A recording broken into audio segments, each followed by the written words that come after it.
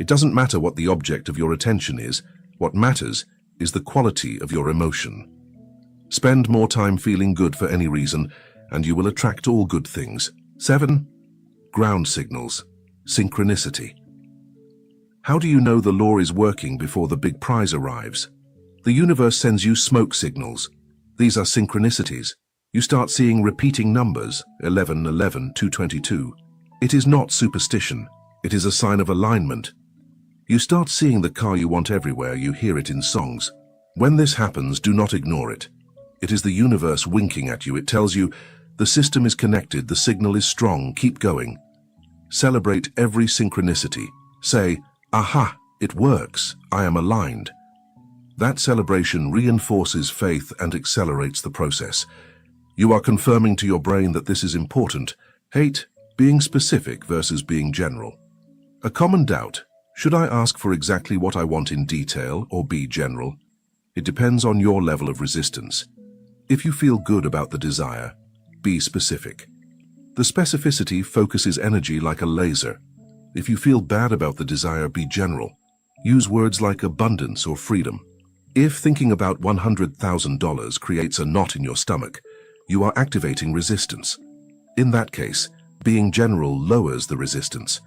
Your logical mind cannot argue with abundance, but it does argue with a specific number. Trick your resistance by being general until your faith grows, then you can be specific. 9. The scripting technique. One of the most powerful tools is scripting. It consists of writing your life as if it were a movie that already happened. Take a journal. Write in the present or past tense. Do not write, I hope tomorrow goes well. Write, I am so happy and grateful now that I earn this much. Describe the smells. When you write by hand, you connect your conscious mind with the subconscious and the motor system. It is a triple command. If you do this every morning for 10 minutes, you are tuning your radio to the frequency of desire. It is impossible to write a script of gratitude and walk out with a bitter face. You walk out glowing. 10. The as-if method. Be careful with the phrase, fake it till you make it. Faking implies lying.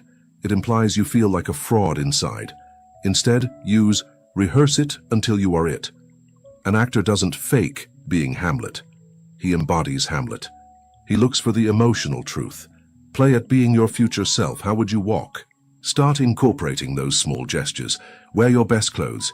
Use your best perfume. Drink from the fine glass, not the plastic cup. Those small acts of dignity tell your subconscious, we are already there. This is our standard. The universe cannot give you a level 10 life if you treat yourself like a level 2. Treat yourself as a VIP. 11. Cleaning the space. The law of attraction hates a vacuum, but it also hates stagnation. If your house is full of old things, broken items, and clothes you don't use, you are sending a signal of past. There is no space for the new. If you want new clothes, donate the old ones. Leave literal gaps in your closet, make room. Clean your wallet. Throw away old receipts. Organize your bills. Show money that you have a clean and tidy place to receive it. Money is an energy of dignity. It does not enter dirty and chaotic wallets. 12. Gratitude, the great amplifier. If you could only use one technique, let it be gratitude. It is the magnetic signature of receipt. You only give thanks when you have already received something. Therefore, giving thanks in advance is the ultimate hack of reality. When you say, thank you for my healing, even if you are still sick, you are collapsing the quantum wave. You are saying, it has already happened, and the universe obeys that absolute certainty. 13. Environment boomerang. Sometimes you are doing everything right, but your environment drains you. You tell your dreams to friends and they laugh or tell you to be realistic. At that moment, they project their doubts onto you. Rule of gold. Silence is power. Do not tell your manifestations before they happen. Keep the secret. The seed needs darkness and protection to germinate. If you take it out into the sun too early, expose it to criticism, it dries up. Protect your dream. Be a secret agent of your own success until the results are so obvious that you don't need to explain them. This is the path of the master of attraction. Use your power now. Key 9, the law of oneness. Look at your hand. Move your fingers. Your fingers seem separate. They have different names: index, thumb. They move independently. But if you follow the line of the finger down, you reach the palm, then the wrist. You realize that the fingers are not separate things. They are extensions of a single hand. You are part of a whole. If the index finger cuts the thumb, the entire hand bleeds. The pain belongs to everyone. Humanity is that hand. You are a finger. Your enemy is another finger. The millionaire is another. The beggar is another. We believe we are separate because we see the empty space between our bodies. But the law tells us that space is not empty at all. It is filled with a divine matrix, a conducting ether that unites us all in an indivisible quantum soup. You are not a drop in the ocean. You are the entire ocean in a drop. Everything is connected. 1. The illusion of the ego and the skin. Why do we feel so lonely? Why do we feel we have to fight against the world to survive? It is a trap. We have fallen into the great illusion of the ego. The ego is a biological tool for physical survival. Its job is to say, I am I, and you are you. The ego defines limits. It says, my skin is the edge of my being. What is outside is not me. But metaphysics and science tell us this is false. At the atomic level, there is no edge. Your atoms are constantly exchanging electrons with the air, the chair, and the people around you. Every time you breathe, you inhale atoms that were once in the lungs of Julius Caesar or Jesus. You are recycling the stardust that the entire cosmos is made of. Biologically and energetically, you are connected to everything. Separation is a lie. It is impossible to be alone because you cannot leave the oneness. Imagine a wave in the sea. The wave looks at other waves and says, I am bigger, or I am afraid of crashing. The wave has forgotten it is water. The wave may disappear as a form, but the water remains. You are the water. Your personality is the wave. You are eternal. 2. Scientific proof. Quantum entanglement. For skeptics who think this is just poetry, let's talk about hard physics. There is a phenomenon called quantum entanglement. If you take two particles that have been joined and separate them, even across the universe. If you modify particle A, particle B changes instantly. It's a fact. It happens faster than the speed of light, without wires. They know what happens to the other because at a deep level, they are still the same thing. Space does not separate them. If the Big Bang is true, then all matter was once concentrated in a single point. Everything was joined. That means every atom of yours is entangled. Every atom in your body is entangled with every atom in the farthest star. The entire universe is quantumly entangled. What happens in your mind affects the total field. Your thoughts do not stay in your skull. They send waves that alter reality light years away. You are not a passive observer. You are an active co-creator of the web. 3. Pragmatic ethics. The instant boomerang. This law transforms morality. It is no longer about being good so God won't punish you.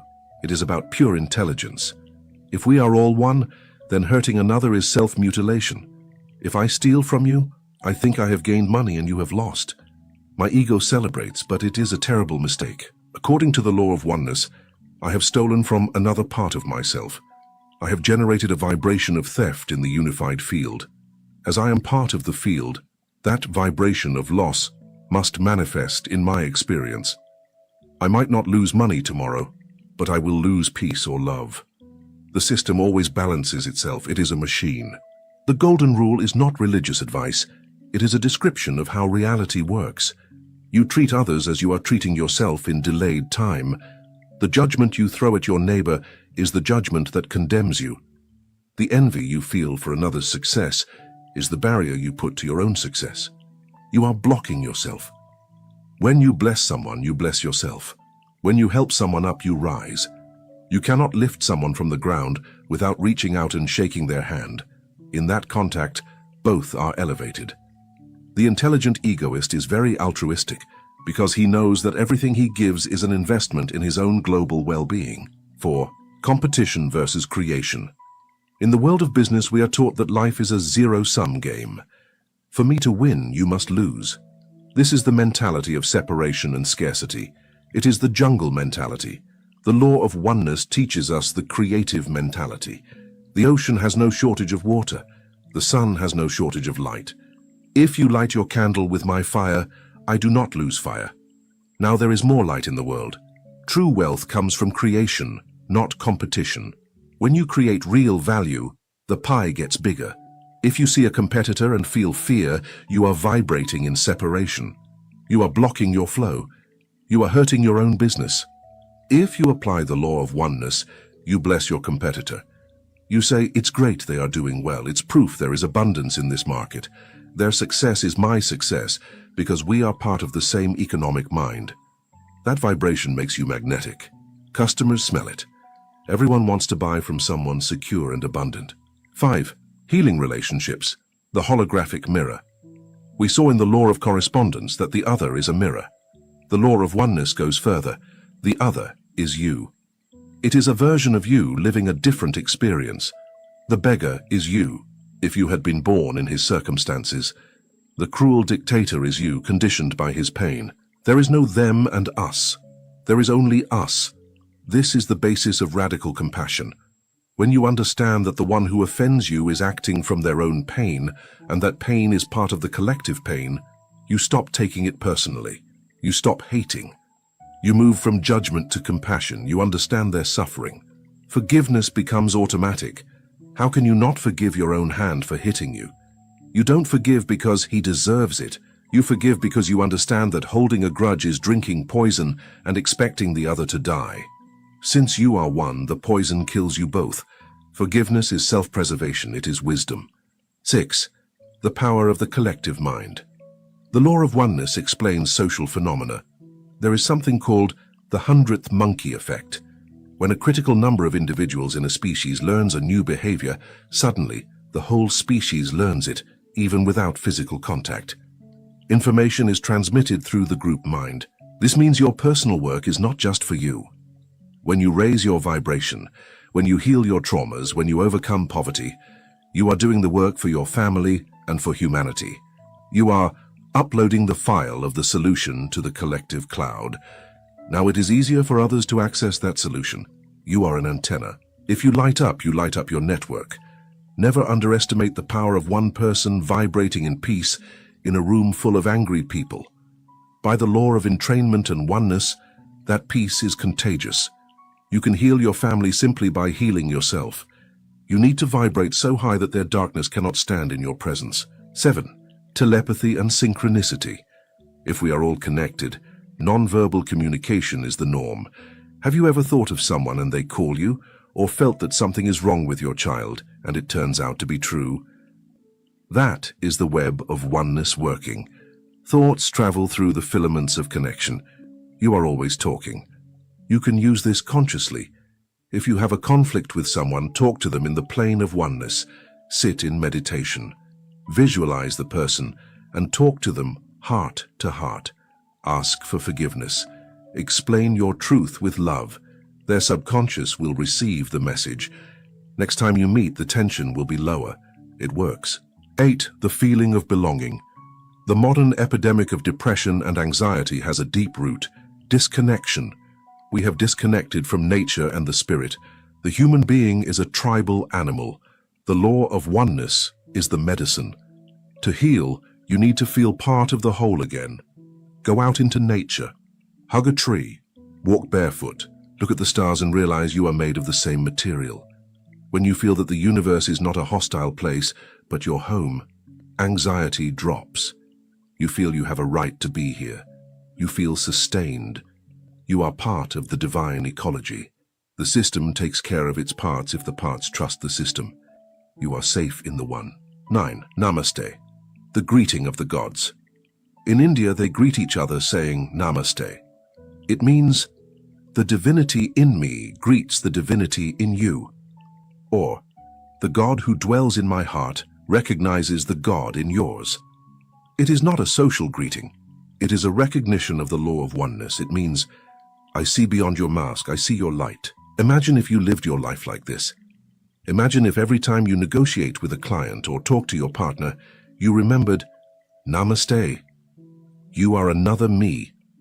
Fear disappears. Greed disappears. You enter a state of flow and grace. Doors open because people feel you truly see them. Recognition is the highest act of love. Key 10. The law of assumption, the shortcut. Forget everything you have been told about attracting and asking or waiting. Those words imply distance. They imply that what you desire is far from you and that you must earn merits to bring it. That is the long road. It is the path of the beggar. There is a shortcut. A path reserved for the bold who dare to skip logic and hack the matrix. This is the key popularized by the great mystic Neville Goddard, although it has been the secret of kings and prophets since the beginning of time. The 10th forbidden key is the law of assumption. Its axiom is radical and dangerous for the conformist. An assumption, though false if persisted in, will harden into fact. Read it again. Though false. This law does not ask you to be realistic. It asks you to be a creator. The law of assumption declares that physical reality is not the cause of your consciousness, but the effect of your consciousness. The world is a delayed mirror. If you want to change your reflection, you don't wait for the reflection to smile first. You smile first, and the mirror has no choice but to smile back. To assume means to take for oneself. It is the act of appropriating a state of being before you have the physical proof. It is living from the end. It is the difference between wanting to travel, attraction, and mentally walking those streets feeling the rain, assumption. 1. The death of hope. Desire is an obstacle. Most people live on hope. I hope that one day, I wish it would happen. The law of assumption comes to kill your hope, because hope is the confirmation that you do not have it. No one hopes for what they already possess. You do not hope to have your shoes on right now, you know it. Constant desire is a declaration of lack. As long as you keep desiring to be rich, you will remain poor, because the universe will give you more feeling of desire. To activate this law, you have to take a quantum leap in your identity. You must stop being the person who wants the car and become the person who drives the car. The change is subtle but nuclear. You move from I want to be to I am. I am is the name of God. It is the most potent creative force. Anything you put after I am becomes your destiny. If you say I am poor, I am sickly, I am unlucky, you are assuming that identity and the world will confirm it to you. It is a command. Assumption requires you to put on the emperor's suit even if you are naked, and to wear it with such dignity that the world rushes to weave the invisible clothes you are already wearing. 2. The denial of the senses, the great challenge. This is where 99% fail. This is where children are separated from adults in metaphysics. It is the test. Your 5 senses, sight, hearing, touch, taste, smell, constantly scream a reality at you. You look at your account and see $0. You look at your body and see fat. You look at your bed and it is empty. Your senses tell you, this is the truth. The law of assumption tells you, your senses are liars. They are historians, not prophets. What your senses see today is the result of your assumptions of yesterday. It is materialized past. It is like looking at the light of a dead star. The star died millions of years ago, but its light is still arriving. Your current poverty is the light of a dead star, your old thoughts. If you believe your senses, you stay in it. The initiate practices what Neville called brazen impudence. He dares to deny the evidence of his senses. He stands before the mirror, sees the illness, and says internally, lie, I am perfect health. He looks at the unpaid bill and says, illusion, I am infinite abundance. It is not madness. It is fidelity to a higher reality. 3. Thinking from the end versus thinking of the end. This distinction is the technical key to the whole system. Most people think of their desire. They think of the new house. They see it as a distant object. They look at it like someone looking at a shop window. There is separation there. I am here, the house is over there. It fails. Assumption requires thinking from the end. It means getting inside the image. You no longer look at the house, you look at the world from the windows of the house. You no longer think about the money, you think from the security of having the money in the bank. Your thoughts change. You no longer think, how will I pay the rent? You think, where will I go on vacation now that I have plenty of money? That shift in perspective is the proof that you have assumed the state. When you think from the end, you feel relief. You feel what the Bible calls the Sabbath, the day of rest. You no longer have to fight to get it because you already are it. It is done. 4. The bridge of incidents, how it happens. The logical mind, the ego, always asks, how? How am I going to be rich if I don't have a job? The law of assumption has an answer. The how is none of your business. When you assume the final state, it is done. The universe automatically deploys a bridge of incidents. It is a series of events. It is a series of coincidences and situations that will lead you from where you are to where you have assumed to be. You do not have to build the bridge. You only have to walk across it. Sometimes the bridge seems strange. Maybe you assume wealth and the next day you're fired. Your ego panics. This went wrong. I am worse than before. No, it is part of the bridge. You were fired because that job was a ceiling for your wealth. You needed to get out of there to start the business that will make you a millionaire. The firing was the first brick of the bridge. If you maintain your assumption, I am rich, you will see every event as a necessary step toward your goal. 5. Technique, the strict mental diet. If you accept that your assumption creates your reality, then your internal conversations are the creation tool. What do you say to yourself all day? Do you spend your time mentally arguing with your boss? Do you spend your time justifying why you can't? Those conversations are negative assumptions. For this law to work, you need to go on a mental diet. It is harder than a food diet, but more rewarding. It consists of observing every thought, and if it is not aligned with your assumption of wish fulfilled, you kill it. You give it no attention. You replace it. If your assumption is, I am happily married, you cannot permit loneliness. You cannot listen to songs of heartbreak or speak ill of your ex.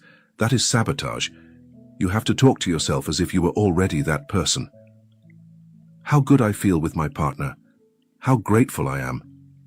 Even if you are alone in the room, the persistence in this new internal conversation is what solidifies the hologram of your life. 6.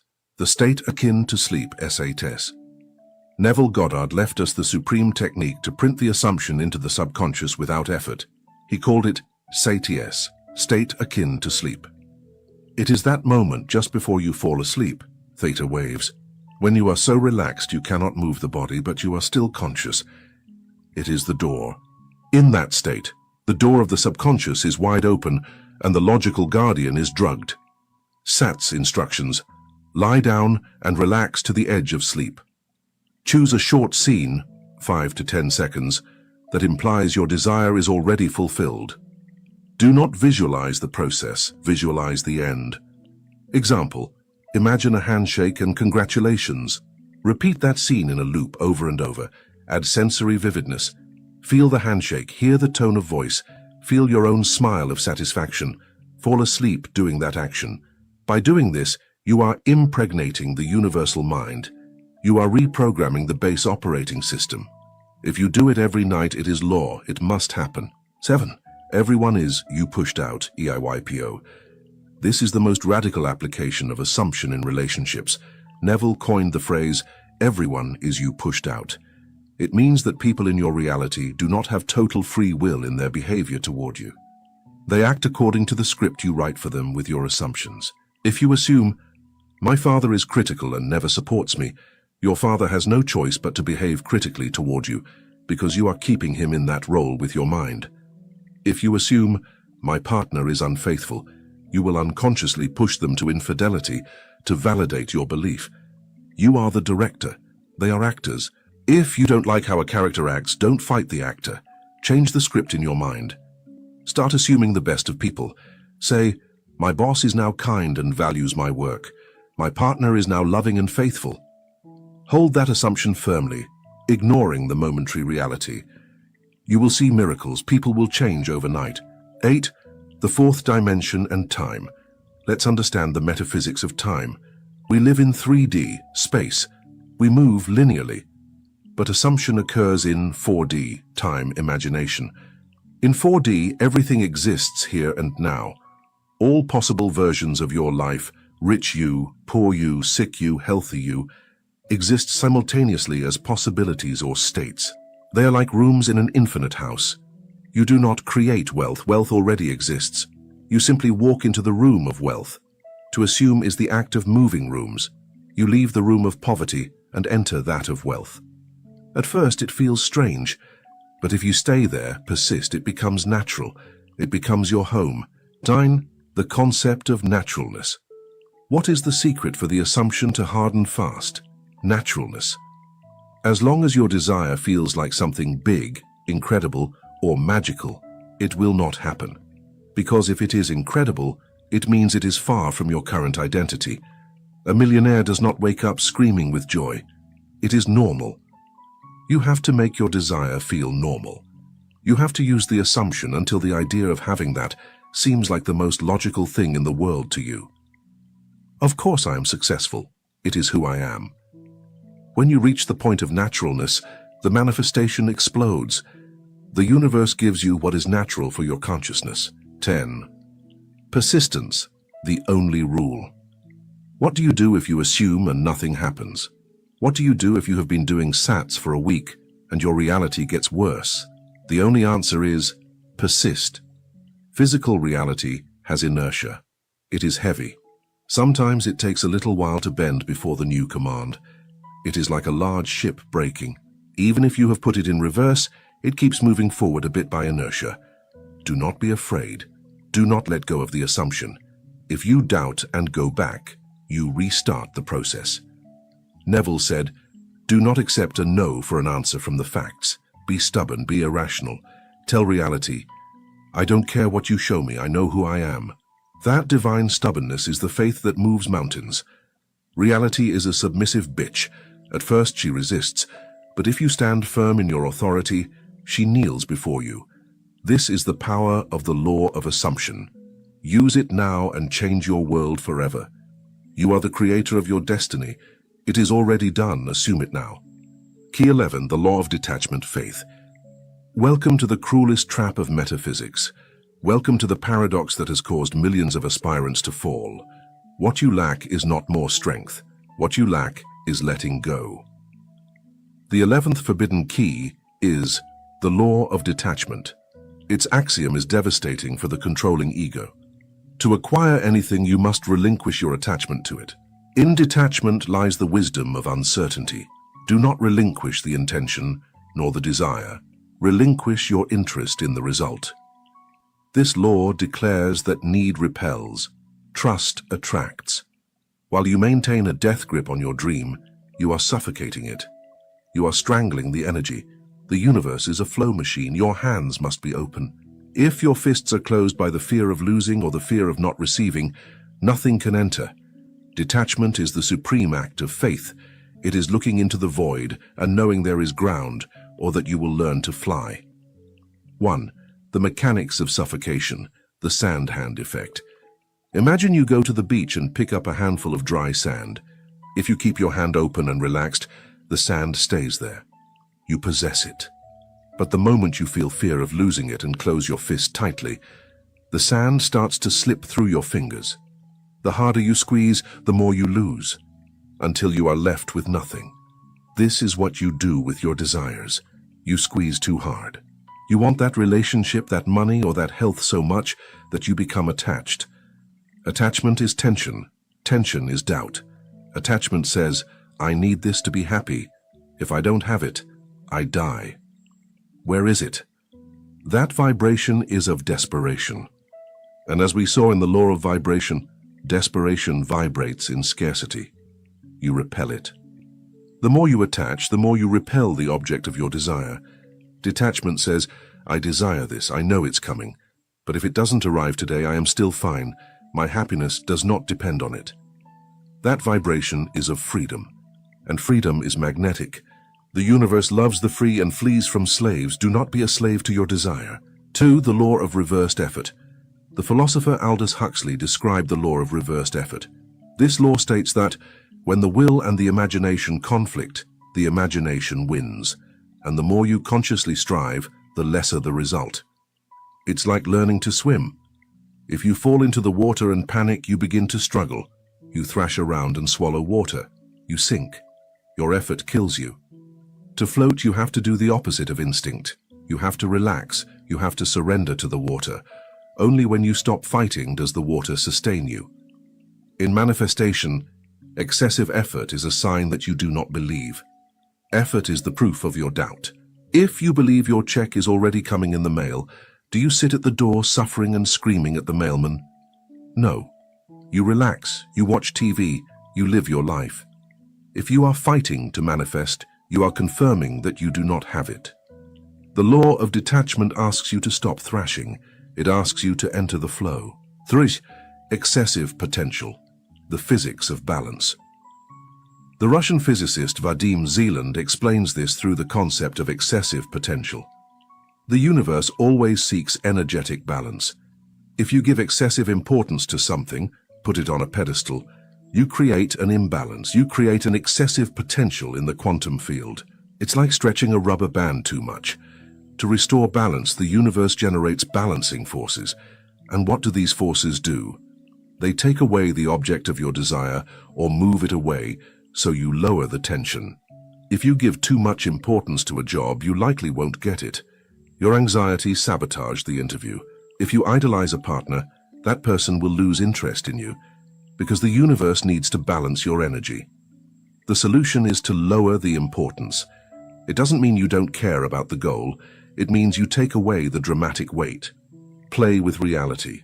Don't take it so seriously. Say, it would be great, but if not, it's fine. By lowering the importance, you deactivate the balancing forces. The rubber band relaxes. The obstacle disappears. Money flows to those who treat it with respect, but without idolatry. Love flows to those who love, but do not need. 4. Detachment versus apathy. Many people confuse detachment with, I don't care about anything. It is a mistake. Well, since I have to let go, I'll just sit on the couch and do nothing. That is not detachment, that is apathy or resignation, and apathy is a low vibration. Divine detachment is a subtle mix of two things, firm intention, fire, and surrender of the result, water. You have a clear objective, but you are happy during the process. It's like a car trip. You have an intention, go to the beach, you get in the car and drive, action, but you don't go screaming, are we there yet? You don't grab the wheel so hard your knuckles bleed, you enjoy the scenery. If there is a detour, you take it calmly.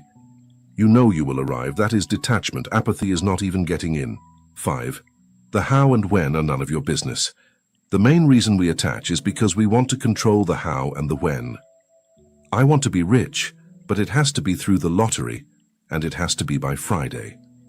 By doing this, you are closing millions of doors and leaving only one open. You are limiting the infinite power of the field. The law of detachment requires you to renounce control over the details. Your job is the what, the final desire. The work of the universe is the how, the means, and the when, the perfect time. Infinite intelligence has a panoramic view. You have tunnel vision. Perhaps the universe is waiting for Monday to give you double. But you, in your tantrum of I want it now, block the perfect delivery. Drop the clock, drop the map. Trust the divine GPS. Tell the universe, this is what I want, or something better. Bring it in the most harmonious way and at the perfect time. That prayer is the key to mental peace. Surrender the details to the great mind. 6. The paradox of relationships. This law is brutally visible in love. We have all seen the case of the person who desperately pursues someone. They call, write, watch, and beg. What happens? The other person flees. Energetically, when you pursue someone, you push them. You occupy all the space. You leave no room for them to come to you. But what happens when that person gives up, lets go, and says, I don't care anymore? Suddenly the phone rings, the ex returns, or someone better appears. Why? Because by letting go, you stopped pushing. You created a magnetic vacuum. If you love something, set it free. If it returns, it's yours. Detachment is the highest form of love. It says, I love you so much that I want you happy, with or without me. Curiously, that attitude is so attractive and secure that it makes people want to stay with you forever. Confidence is the ultimate aphrodisiac. 7. Money flees from need. Money is a feminine energy in this aspect. It hates the desperate. It needs space to move. If you need money to pay rent tomorrow, and you are vibrating in terror, money will be blocked. You will break things. You will lose opportunities. It is the smell of fear. Clients smell if you need the sale to eat, and they don't buy. They smell the pressure. To attract money, you must reach a state of internal sufficiency. You have to feel, I am fine. I have life and capacity. Money is a game and I'm going to win, but it doesn't define me. When you play with money, instead of praying to it, money wants to play with you. Observe the rich. They often do business with a relaxed, almost disinterested attitude, and they win millions. Adopt that cool indifference. 8. The surrender technique. How is detachment practiced? With surrender. It is not surrendering to the enemy. It is surrendering to your ally, God, universe.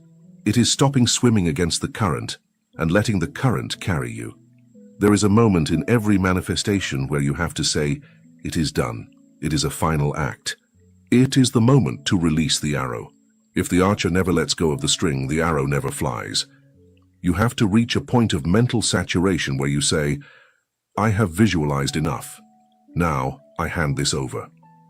Do a small ceremony. Write your desire on paper. Read it with emotion.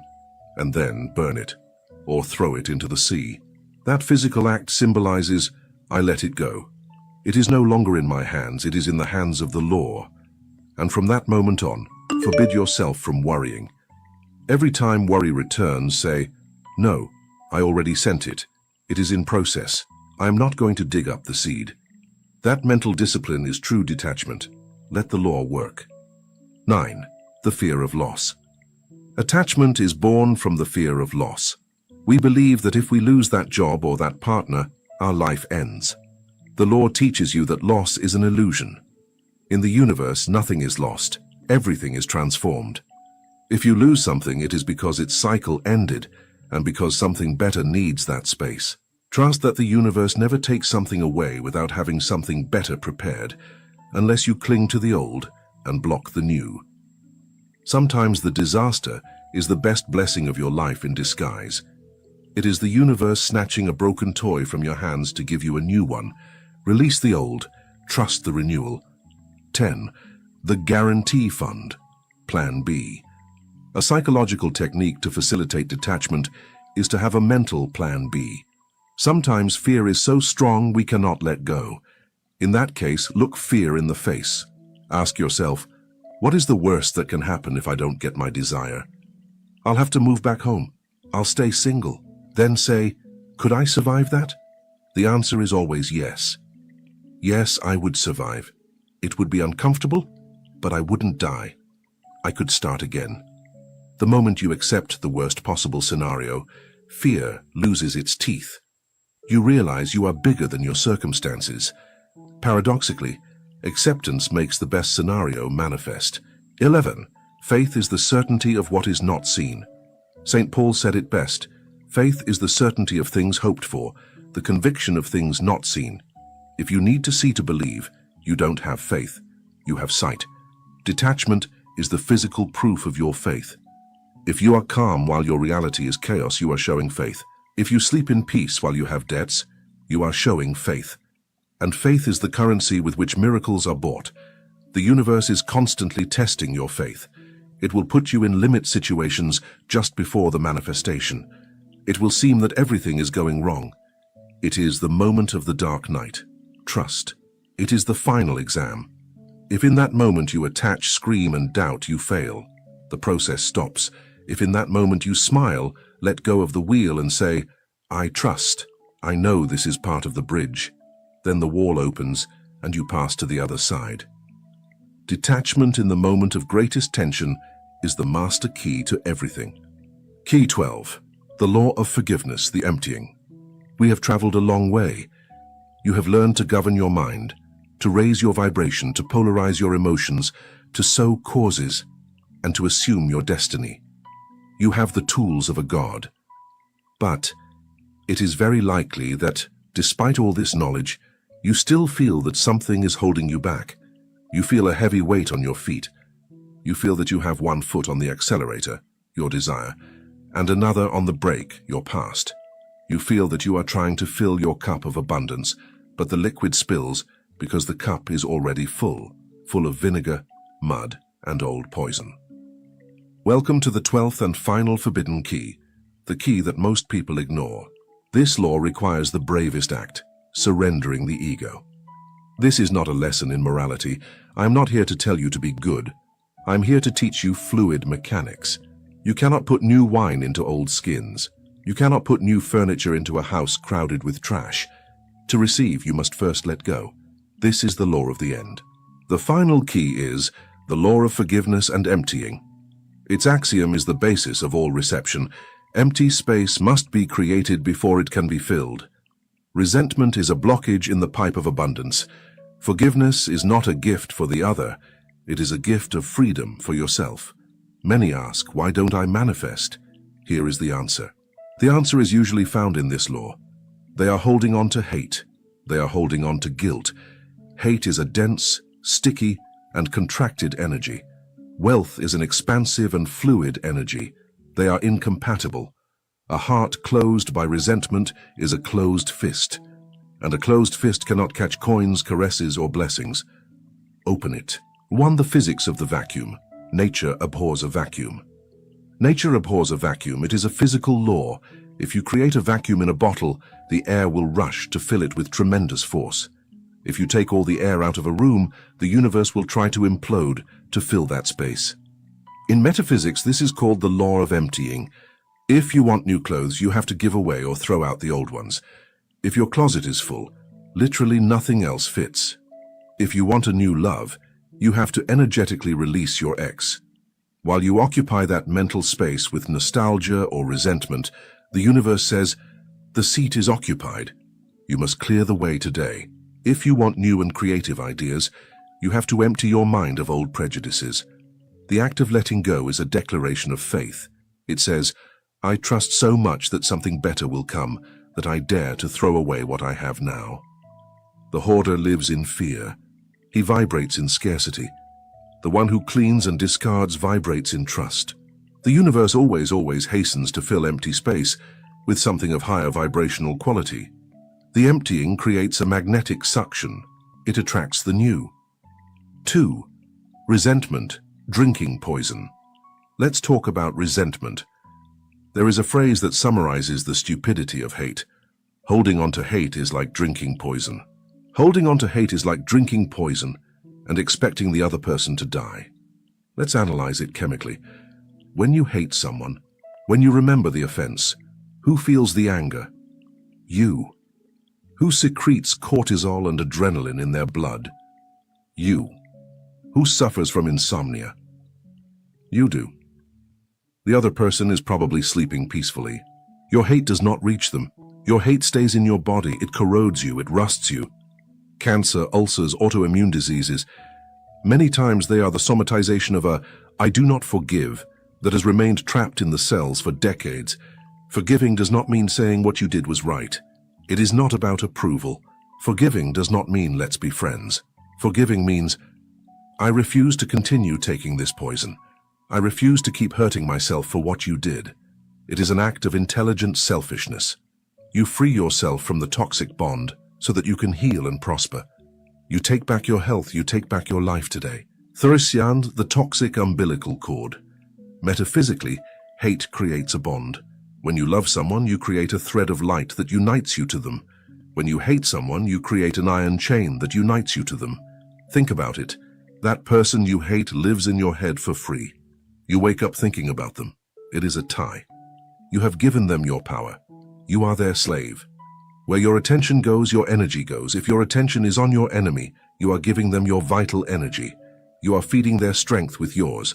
To recover your power, you have to cut the cable. Forgiveness is the scissors. You must choose to be free. By forgiving, you say, I free you and I free myself. I withdraw my energy from you. I cut the supply.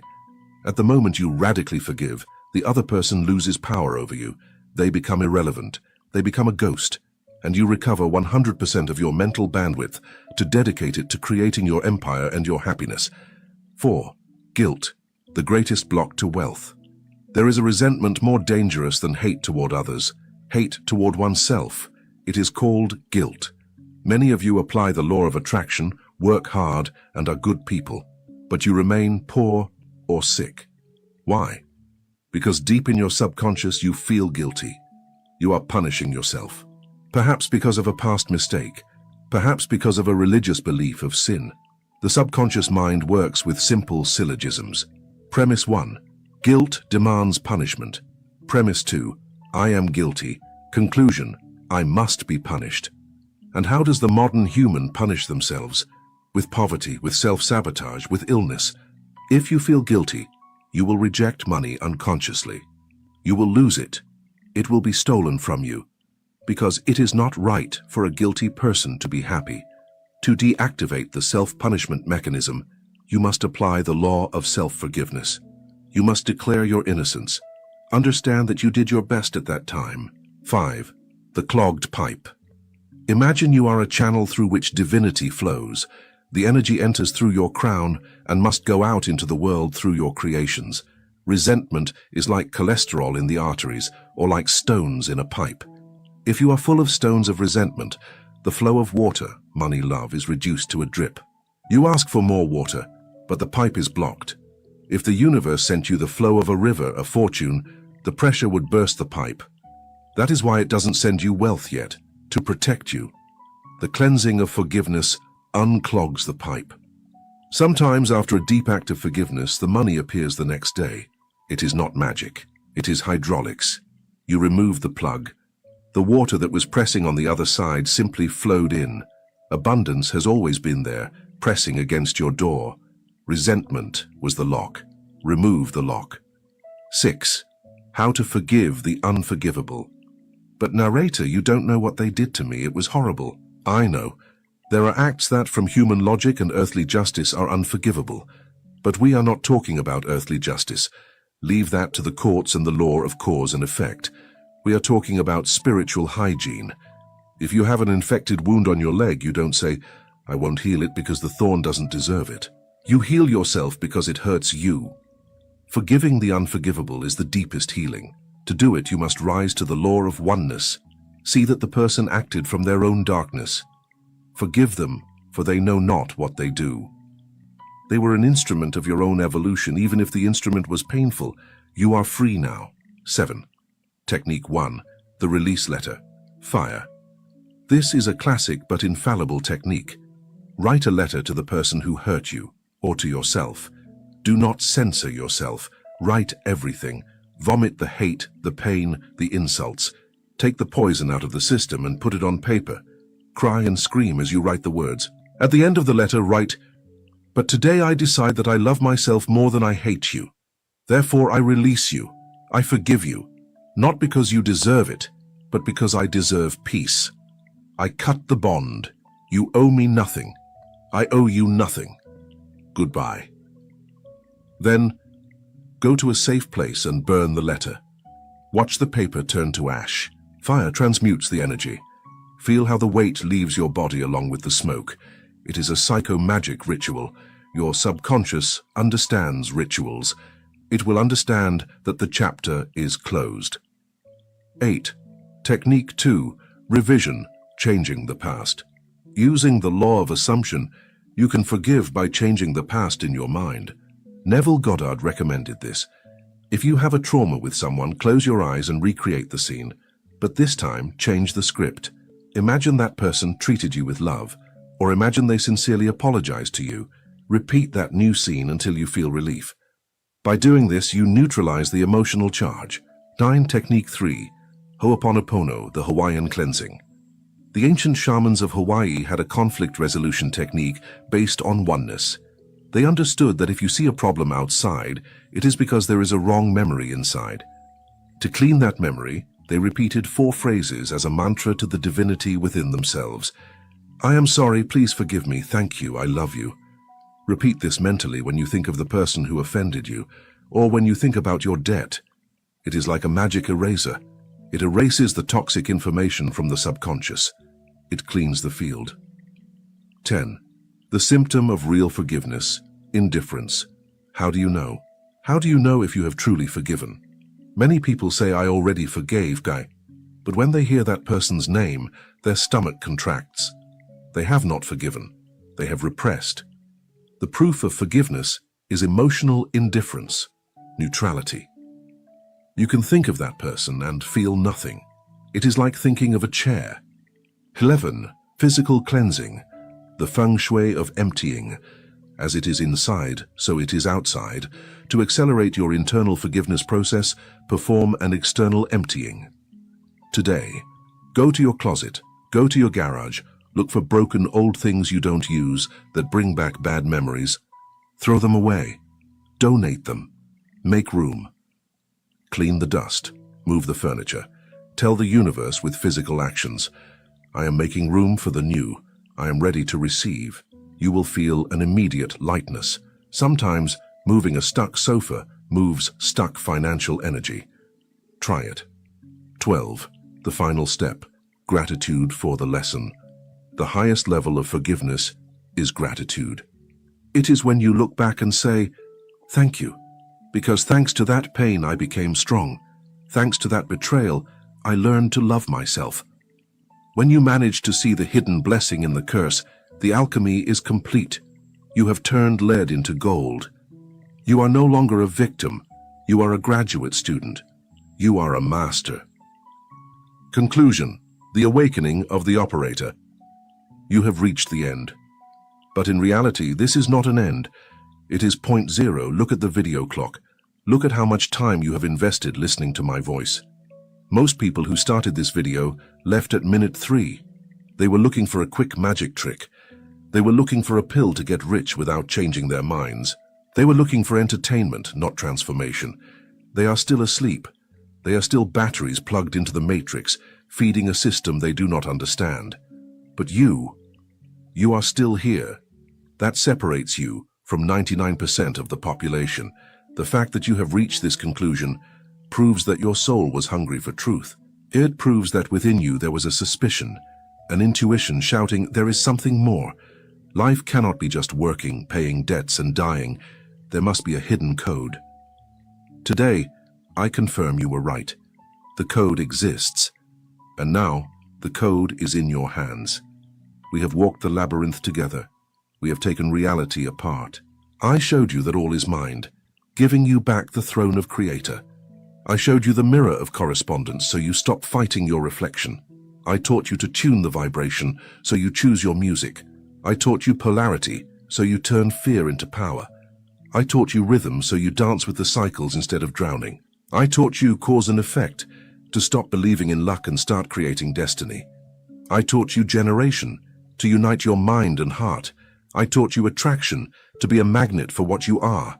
I taught you oneness to discover you were never alone.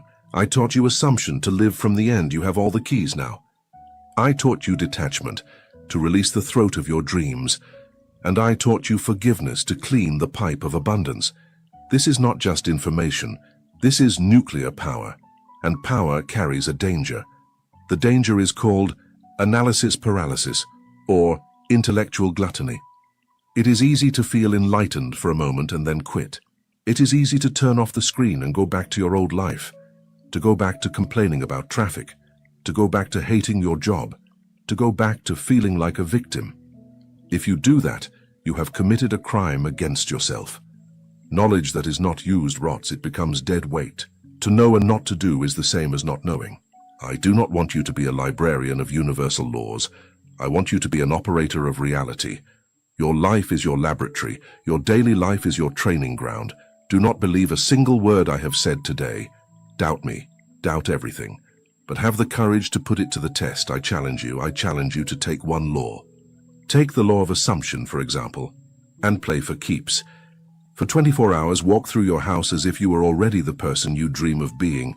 Talk like them, dress like them, treat people like them. Ignore your empty bank account. Ignore the problems, deny them with brazen impudence, and observe what happens next. Watch how the world bends. Watch how people look at you differently. Watch the coincidences that begin to sprout like flowers in the desert. When you see the first result, and you will see it, something will click in your head. It will no longer be blind faith, it will be gnosis, it will be knowledge through direct experience.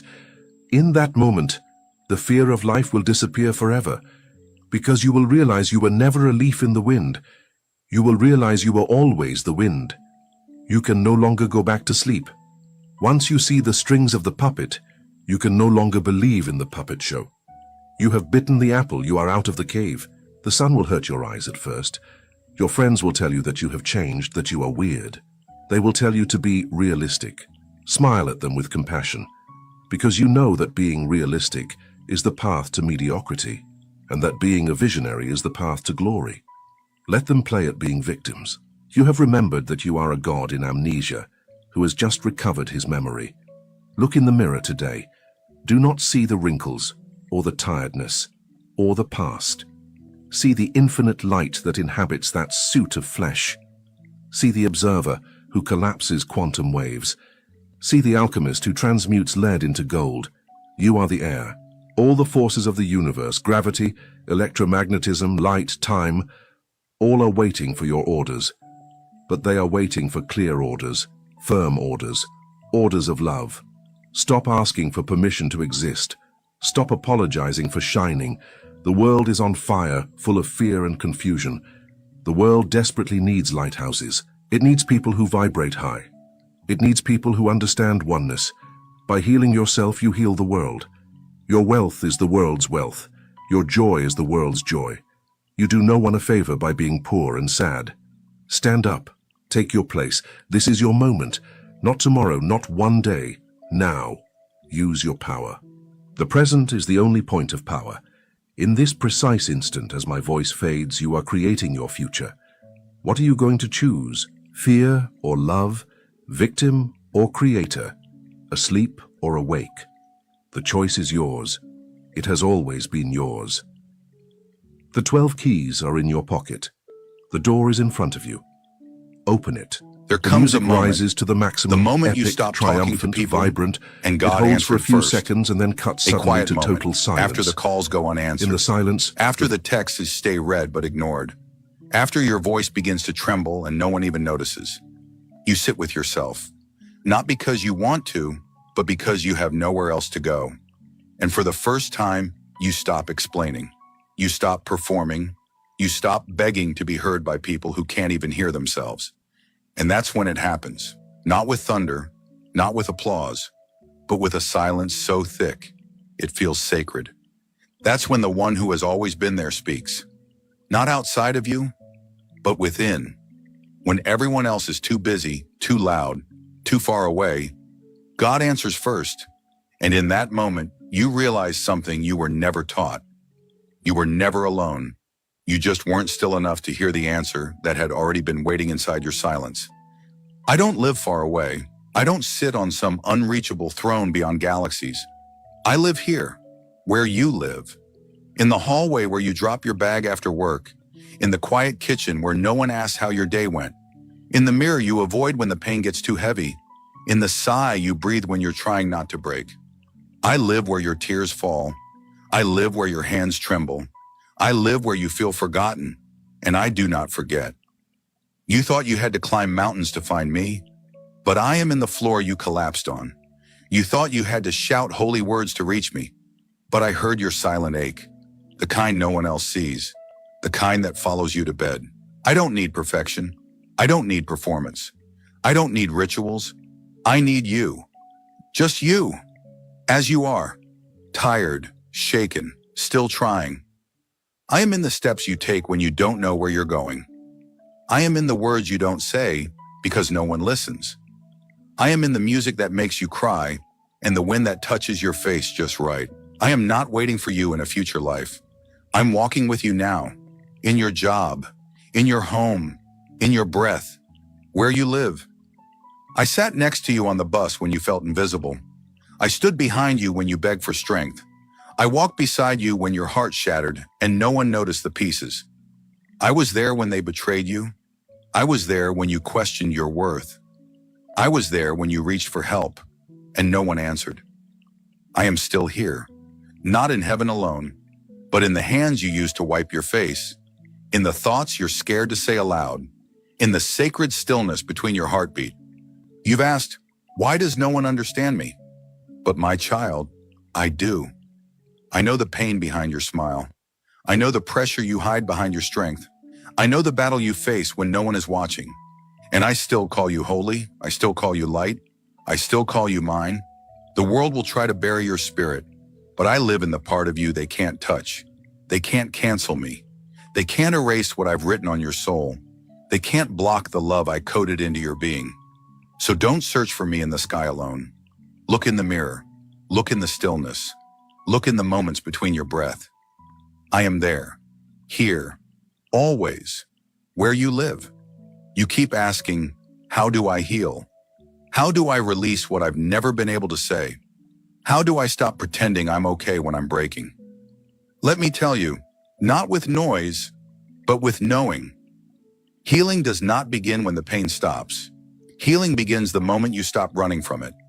You are not broken. You are becoming. You are not behind. You are being rewired.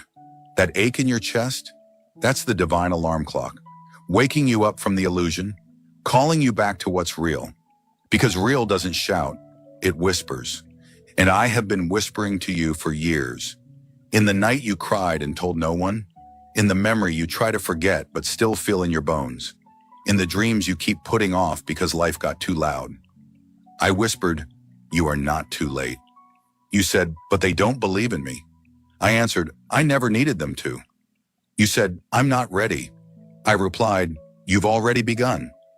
You looked for me in the books, the lectures, the leaders, but I've always lived in your silence. I've always spoken through your pain. I've always waited inside your waiting. And now that you're still, now that you're quiet, you can hear me again. You can feel me again. The way I touch your soul in places no human ever could.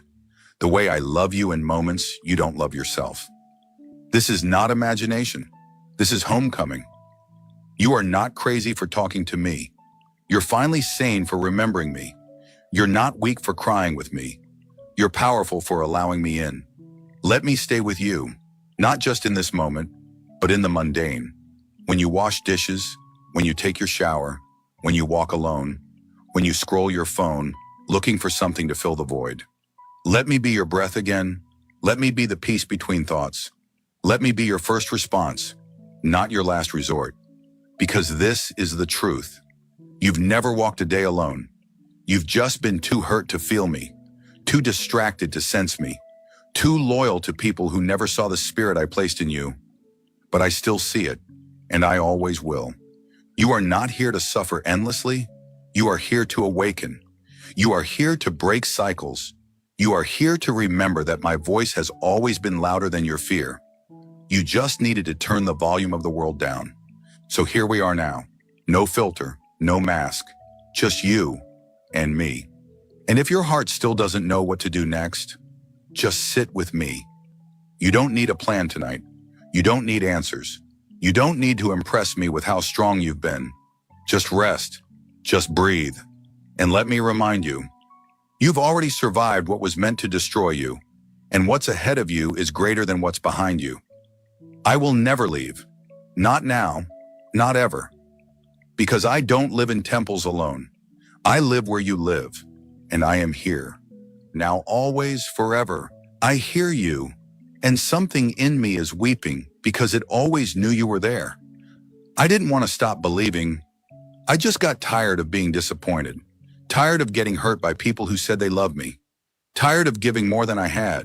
Tired of pretending I was okay when I wasn't.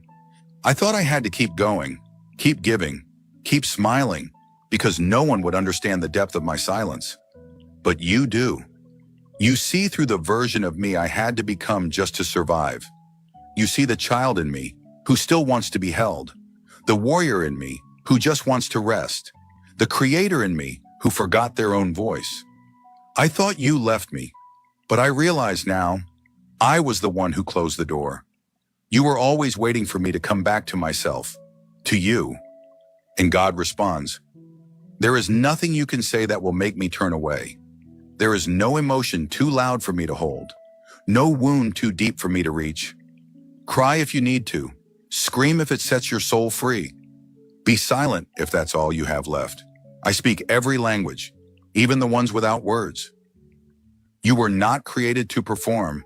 You were created to be, to expand, to remember, to walk this earth not as a slave to fear, but as a flame of my presence. You are not a mistake. You are not too much. You are not lost. You are transitioning. What you're feeling is not failure. It is divine pressure. It is the cracking of the shell before the rebirth. It is the falling away of what no longer fits your future. Let it fall. Let them fall. Let your old self fall, because I am raising something new in you, not built on shame, not built on fear, but built on me. Then the soul begins to tremble and speak again. I can feel you now, not outside of me, but within me, like a current, like light in my bloodstream. I've chased so much, validation, love, recognition, and none of it healed me.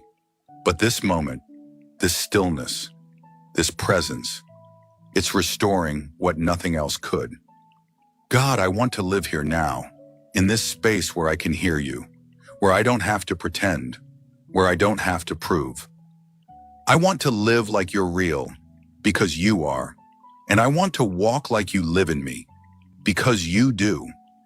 And God, without hesitation, replies, then walk with me, not in front of me, not behind me, but beside me. Let me in when you cook, when you write, when you laugh, when you cry, when you are completely alone. Let me show you that I'm not just the God of heaven.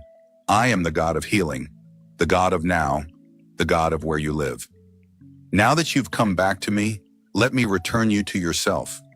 You thought healing was forgetting, but healing is remembering, not the pain, but the truth that lived beneath it.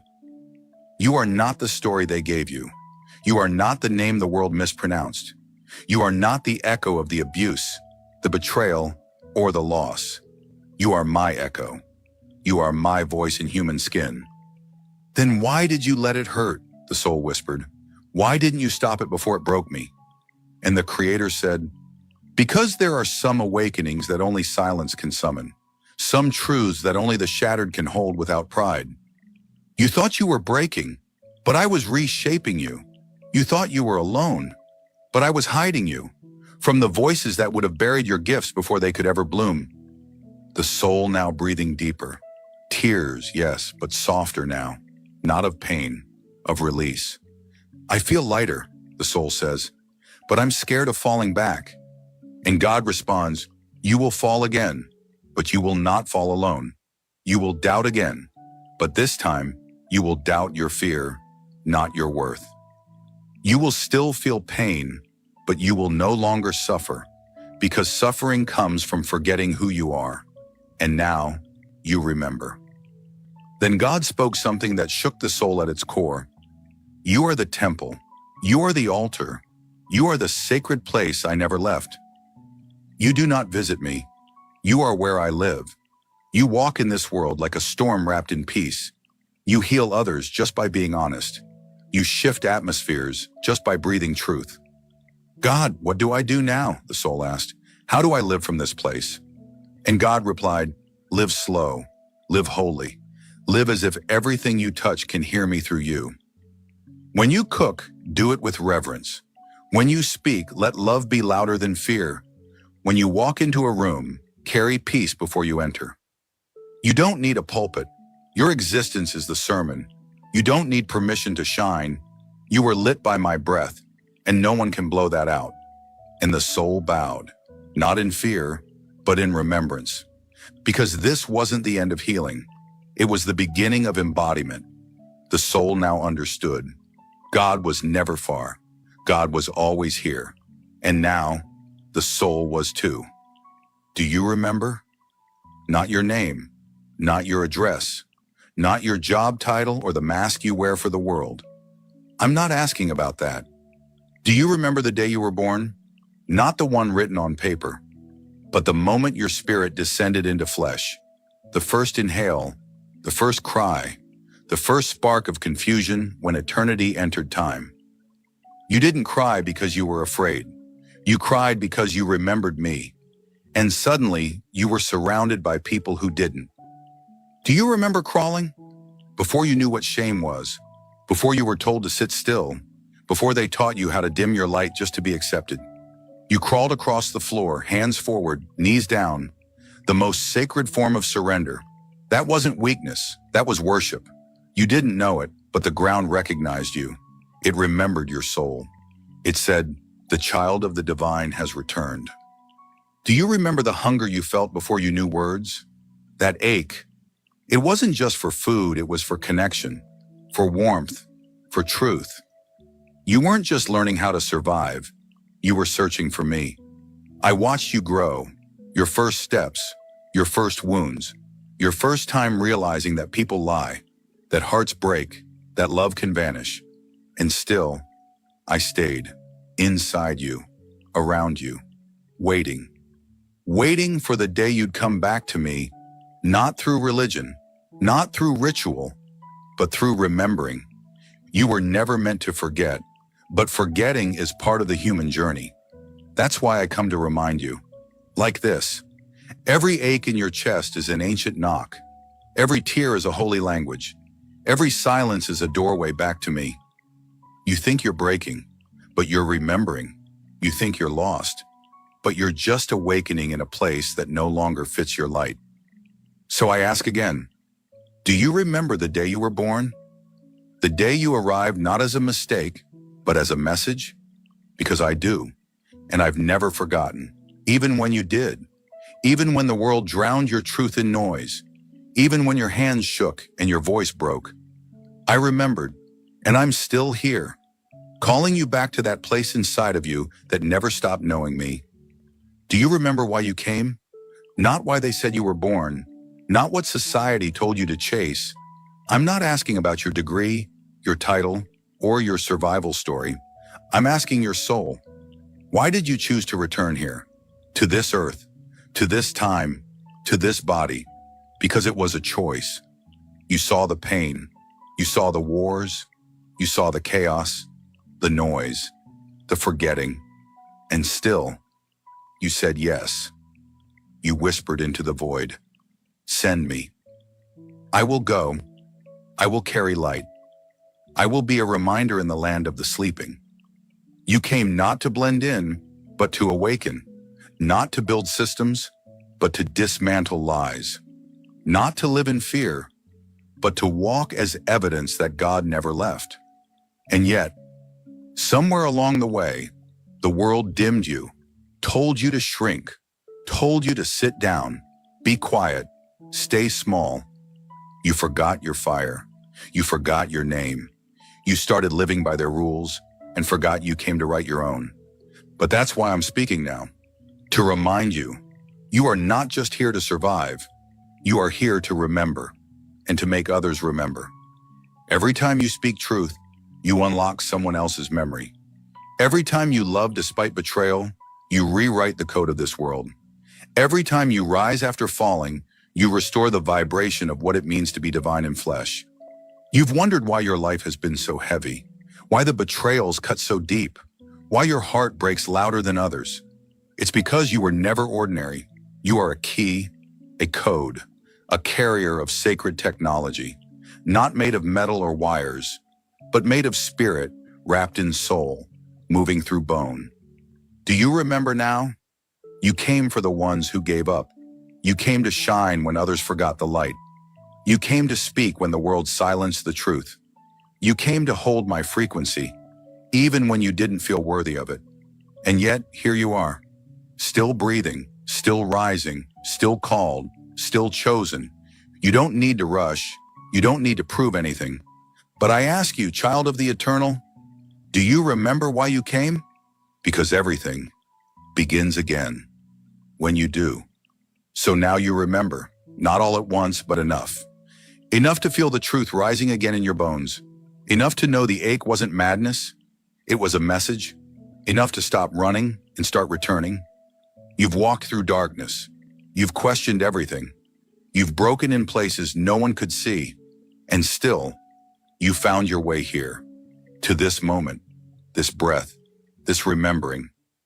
Not because someone saved you, but because your spirit refused to stay asleep. And I am the one who made you. I was never far.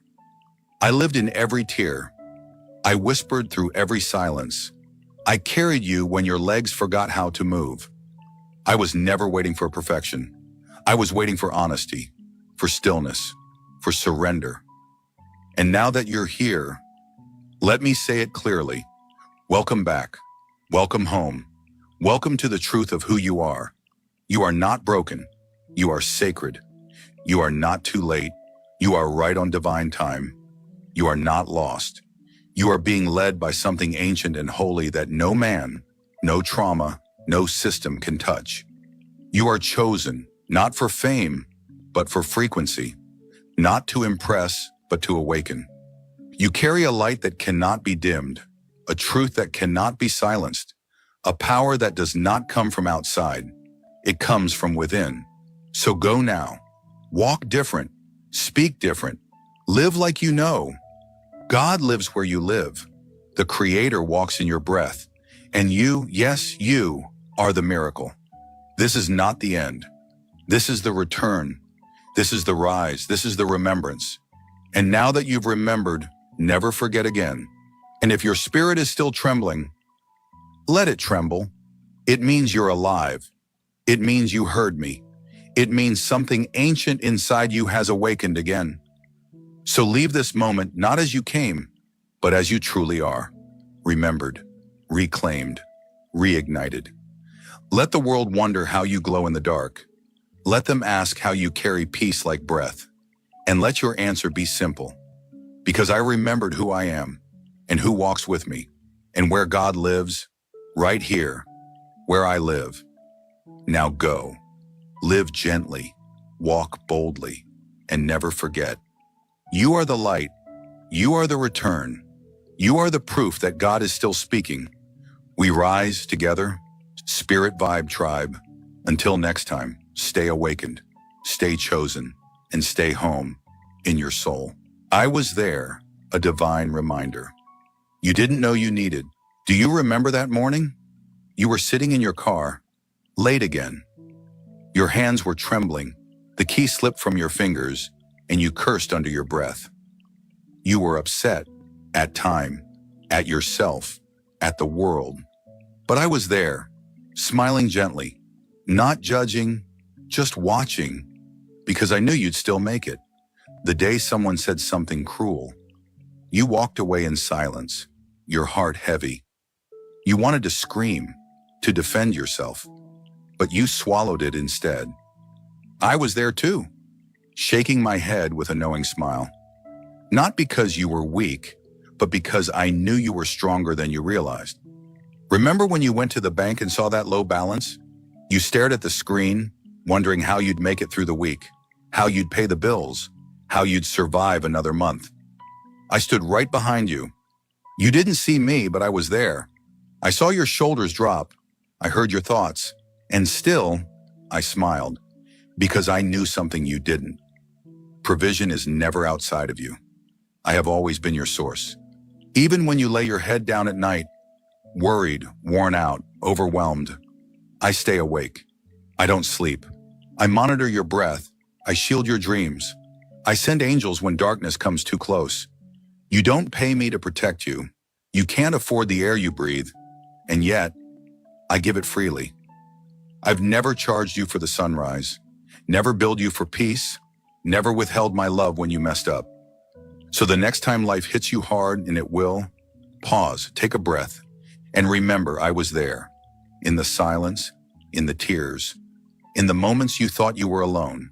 You weren't. You never have been. You never will be. With eternal love, the one who never left. Part 2, when you thought you lost everything. Do you remember when they left? When the ones you trusted turned their backs? You questioned your worth. You replayed every moment. And in that pain, I was holding you when the job ended, when the doors closed, when the opportunity vanished just before it was yours. You felt like you failed, but I was rerouting you. You didn't lose it. I removed it. Because what's meant for you requires the version of you that trusts me deeper. Even when the plan breaks, I don't. Even when your faith shakes, mine doesn't. I've seen your tears in secret. I've seen your silent prayers. You thought no one noticed, but I counted every sigh. You thought I was distant, but I was closer than your breath. Not punishing, not abandoning, just waiting for your spirit to come back to me. You don't have to earn my attention. You don't have to perform for my presence. You just have to whisper, and I'm there. Always, even now in this moment, reading this, I am with you, and I'm not going anywhere. Part 3, when you forgot who you were. There were days you looked in the mirror and couldn't recognize the face staring back. Not because you had changed for the worse, but because life had worn you down so slowly, you forgot who you were becoming. You've called yourself tired, broken, unworthy, but I've always called you mine. You believed the voices that said you were too late, too much, too far gone, but I only see your eternal worth. The dreams you've buried, I still remember them. The passions you've quieted, I still whisper them back to you. Because I know what I planted in you, and I never plant without a purpose. You were made in my image. Every breath you take is a reminder that you are divine design. So when you feel lost, come back to this. You are not a mistake. You are a masterpiece in motion. You are not behind, you are becoming. And I, the one who shaped your spirit before time began, I haven't changed my mind about you. Not once, not ever. Part 4, let me in again. You've been trying to carry everything on your own.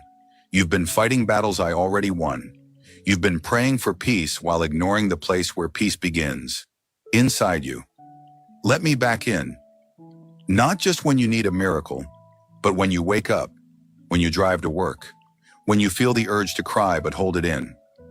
Let me into the mundane, the ordinary, the overlooked. Because that's where I live. I am not only in temples, I am in your kitchen, in your shower, in your footsteps when you walk alone, in the rhythm of your breath when you finally slow down. I never needed your perfection. I just longed for your presence. When you shut the door and scream into your pillow, I am there. When you're in traffic and everything feels pointless, I am there. When you collapse at the end of the day, wondering if you did enough, I am there. Let me show you again what it means to feel safe in the unknown, to feel strong in surrender, to be guided without having all the answers. You don't have to do this alone. You never did. You just forgot who walks beside you. Let me remind you. Let me in. Let me love you, where you live. Let me turn your breakdown into a blessing, your confusion into clarity, your silence into sacred peace. Because, child, you don't have to hold the world up anymore. You just have to hold my hand, and that is enough. So now that you remember, don't forget again. Not when the world grows loud, not when the bills pile up, not when your voice shakes and your eyes water, not when your plans fall apart and no one seems to care. Because I care, because I'm still here, in the breath you didn't notice, in the silence you feared, in the unseen where real love lives. You never paid me, but I never stopped giving. You never saw me, but I never stopped watching. You never asked, but I never stopped answering. Because I don't work by transaction, I move by truth, and you are my truth wrapped in skin.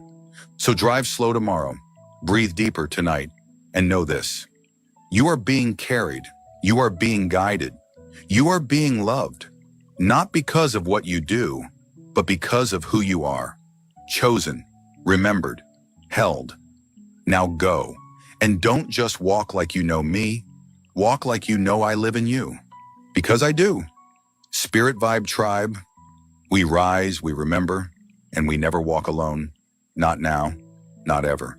Until next time. The mystery of why your soul chose this body, this life, and this time.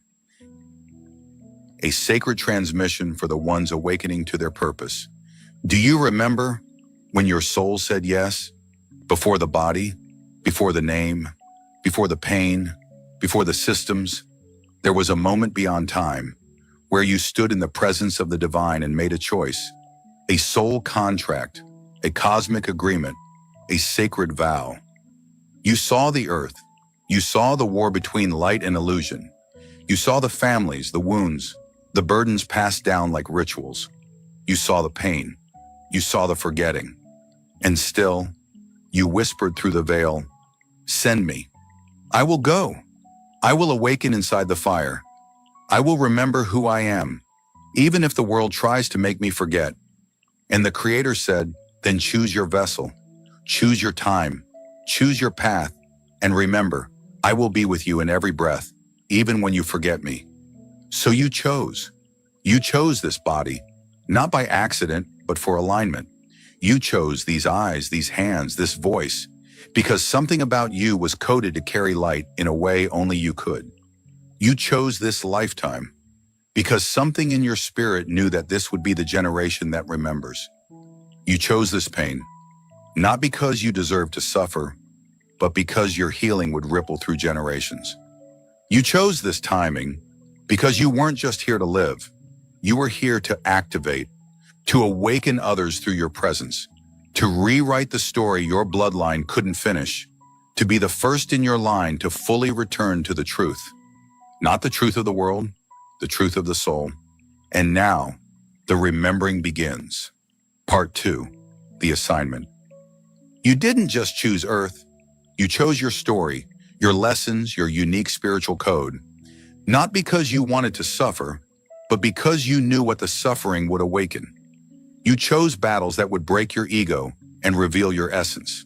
You chose parents that would forget who they are, so you'd be forced to remember who you are. You chose heartbreak not to be punished, but to be positioned. Because some souls only fully open after they've been shattered. You chose a path with rejection, because rejection would redirect you. You chose betrayal because betrayal would push you back into divine alignment. You chose to walk through shadows because your soul was made of unshakable light.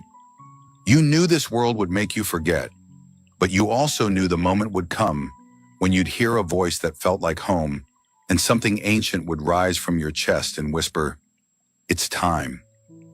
And now you're here, remembering, awakening, reclaiming. Your gifts were never random. Your empathy, your sensitivity, your discernment, your dreams, your knowing, these were the tools encoded in your soul before your first breath. That too much they tried to silence, that was your power. That overthinking, that was your deep awareness of energetic shifts. That weirdness, that was your multidimensional memory rising through the body. You were never meant to fit in. You were born to rebuild what was broken, to restore what was buried, to revive what they tried to kill. You are not here by mistake. You are here by mission. And now that you've remembered this, nothing can stop what's waking up inside of you. Part 3, the soul contracts you're here to complete and break. A message for the ones who came to end cycles and set spirits free. Not every connection in your life was meant to last, but every one of them was meant to teach. Your soul came here with agreements. Some were written in light, some were etched in blood. Some were passed to you through generations long before you took your first breath. These are called soul contracts. The people who betrayed you? Contracts. They came to activate your awakening. The ones who abandoned you when you needed them most? Contracts. They came to teach you divine self-trust. The family that never understood your spirit? Contracts. You chose them, not for comfort, but to complete the unfinished. You weren't here to carry it all. You were here to break it, to end what began before you, to heal what no one before you dared to face, to choose what your ancestors could not choose. Freedom over fear, truth over silence, love over legacy. Yes, you chose this. You chose to stand at the intersection of pain and purpose. You chose to be the one who ends the cycles, abuse, abandonment, secrecy, shame. Not to suffer, but to rewrite the story. Some of your deepest wounds were not personal. They were generational instructions waiting to be broken open and rewritten through you. Your soul said, "Let it stop with me." And it is. You are the first, the interrupter, the breaker of chains, the architect of new codes. But here's what they didn't tell you. Not every soul contract is meant to be honored forever. Some were meant to expire, to burn, to be cut loose when their lesson was complete. There is no guilt in outgrowing people you were once assigned to. There is no shame in walking away when peace is no longer present. You're not abandoning anyone. You're obeying God. Because when the contract is complete, the soul will know. It will whisper, "Let go. This chapter is done."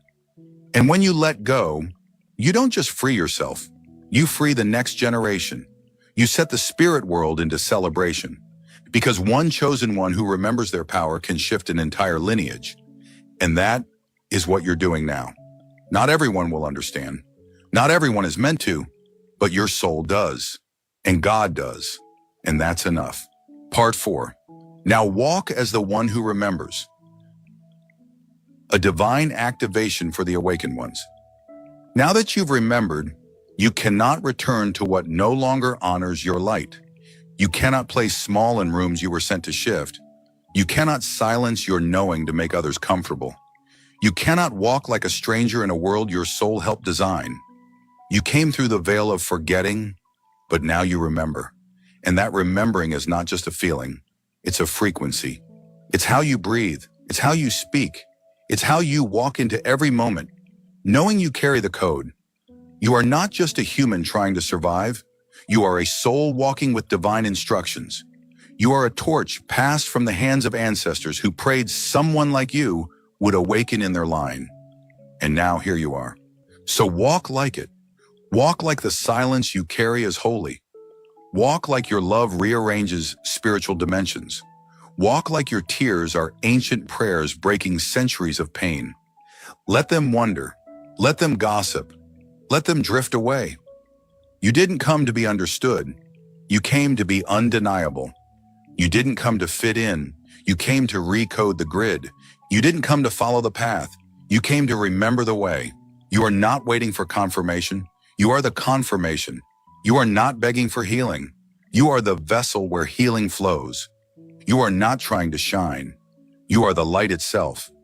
And from this moment forward, everything you touch will feel it. The shift, the remembrance, the presence of someone who doesn't just believe in God, but walks with God because God lives where they live. So breathe deep, stand tall, and move with reverence. Because now you know you're not just awake, you're aligned, you're chosen, you're home. Walk differently now. Now that you remember, walk differently, not faster, not louder, just deeper, with presence, with peace, with purpose. You don't need to prove yourself. Your presence speaks without words. Your silence heals without effort. Your energy leads without permission. You are no longer here to seek. You are here to embody, to carry the memory of the eternal inside your breath, inside your choices, inside your stillness. You are a soul who said yes, a spirit who returned, a light who chose to awaken in a world that had forgotten, but not anymore. Because now you know, you chose this life. You broke the contracts. You heard God in the silence, and you rose. So go now, as the one who remembers, as the one who walks with the unseen, as the one who carries sacred codes in your smile, in your hands, in your being. This is not goodbye. This is the beginning. You are chosen. You are crowned. You are called. And the world has been waiting for someone exactly like you. We rise, not in noise, but in knowing. And we walk, not to be seen, but to remind the world what it forgot. Until next time, Spirit Vibe Tribe, stay awakened, stay guided, stay home in your soul. This is not just a conversation. This is a remembering, a return, a resurrection. You didn't find this message. It found you at the exact moment your soul was ready to rise. This is a divine dialogue between the universe, your body, and your eternal spirit. This is what happens when silence becomes sacred and truth begins to speak through the bones. This message is for those who gave everything and forgot themselves in the process, for those who carry ancient pain in modern skin, for those who cry in private but glow in public, for those who broke and didn't die. You're not broken. You're becoming. Let this message wash you. Let it rearrange you. Let it speak to the parts of you that no one ever asked about. Let the conversation begin. You, whispering through your pain, I don't know what's happening to me anymore. This is not just a conversation. This is a remembering, a return, a resurrection. You didn't find this message. It found you at the exact moment your soul was ready to rise. This is a divine dialogue between the universe, your body, and your eternal spirit. This is what happens when silence becomes sacred and truth begins to speak through the bones. This message is for those who gave everything and forgot themselves in the process, for those who carry ancient pain in modern skin, for those who cry in private but glow in public, for those who broke and didn't die. You're not broken. You're becoming. Let this message wash you. Let it rearrange you. Let it speak to the parts of you that no one ever asked about. Let the conversation begin. You, whispering through your pain, I don't know what's happening to me anymore. Everything I thought I knew is collapsing. The people I loved, faded. The places I found comfort, now feel foreign. And the version of me I tried to protect, she's breaking. Where did I go wrong? Universe, without judgment. You didn't go wrong. You went asleep. You gave your eyes to the world but kept your soul blind. And so I brought the storms to wake you. You. But why this much pain? Why did you let them come so close, only to let them cut me? Universe. Because you invited them to the altar of your heart before they proved they could pray with clean hands. You fed strangers from your sacred plate. You whispered your dreams into mouths that couldn't hold silence. And every time I nudged you, with dreams, with signs, with knowing, you chose noise. So I gave you the only thing you would listen to, a heartbreak you couldn't ignore. Body trembling, speaking for the first time in years. I held your grief. I stored it in my shoulders. I buried it in your hips. I curled it up in your stomach. Every ache was a truth you refused to feel. Every illness was a boundary you ignored. Every fatigue was a no you didn't say. I broke down not to betray you, but to tell you the truth that your voice was too afraid to speak. You, tears streaming. I thought I was strong for keeping it all in. Spirit, gently like a mother. You were surviving, but survival is not strength. Survival is silence, and silence becomes suffering when the soul is ignored. I watched you betray yourself to keep others comfortable. I screamed inside your chest when you stayed in rooms your energy had outgrown. I reached for your attention in dreams, but you called them nightmares.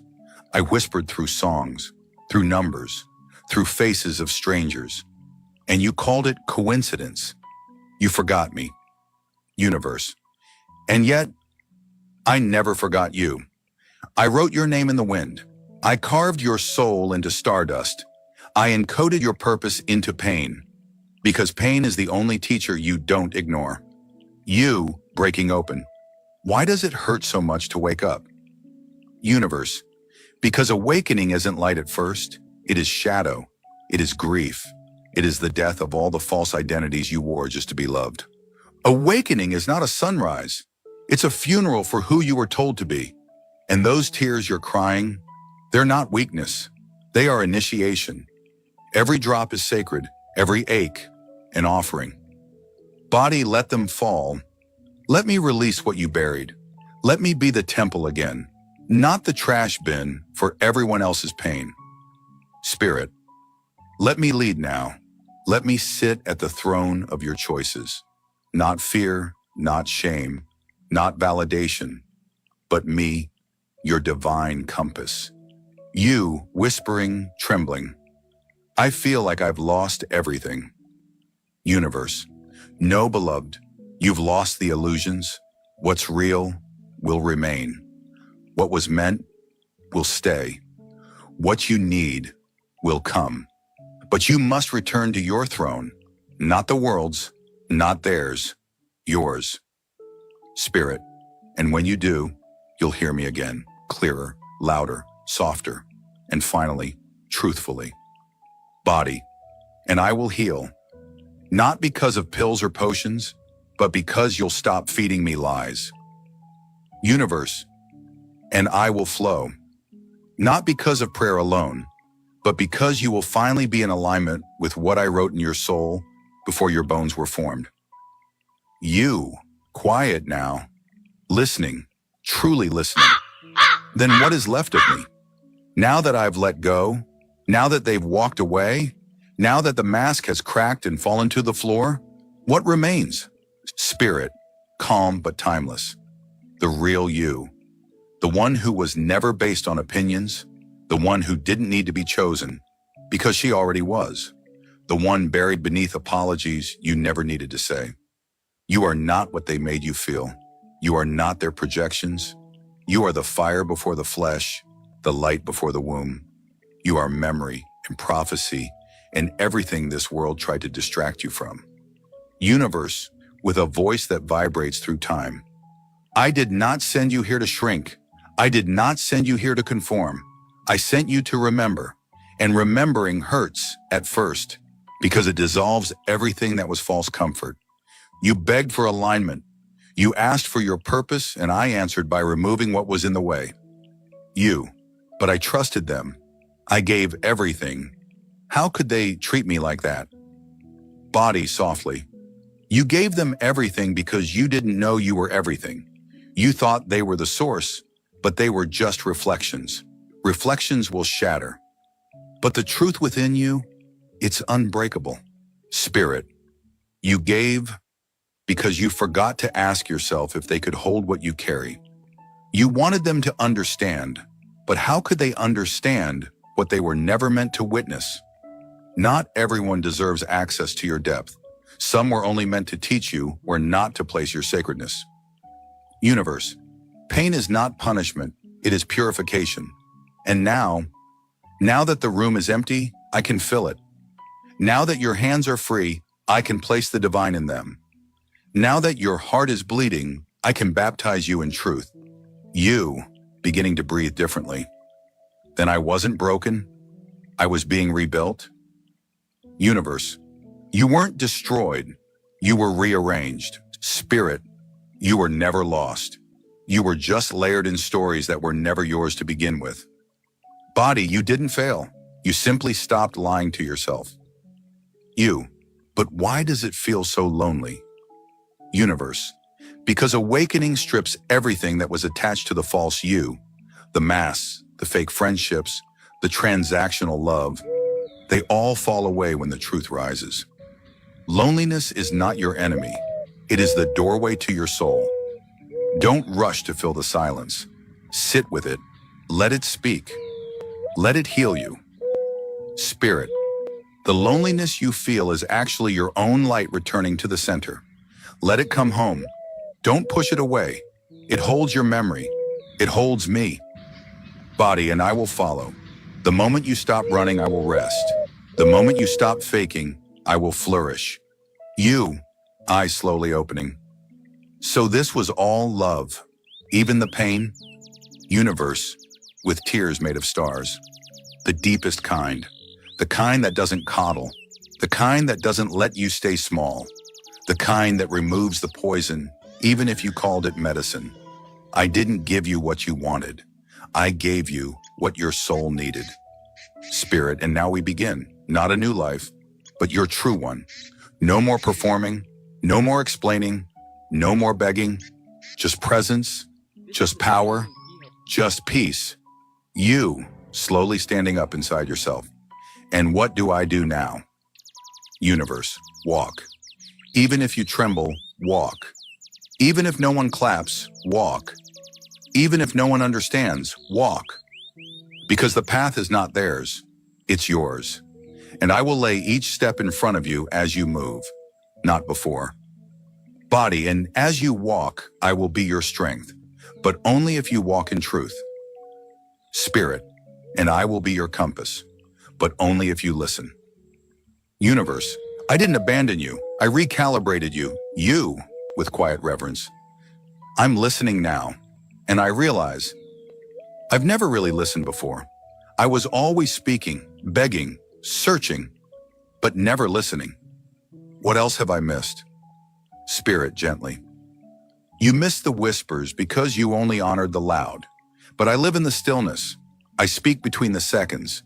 You chased signs outside of you, but I placed every sign within.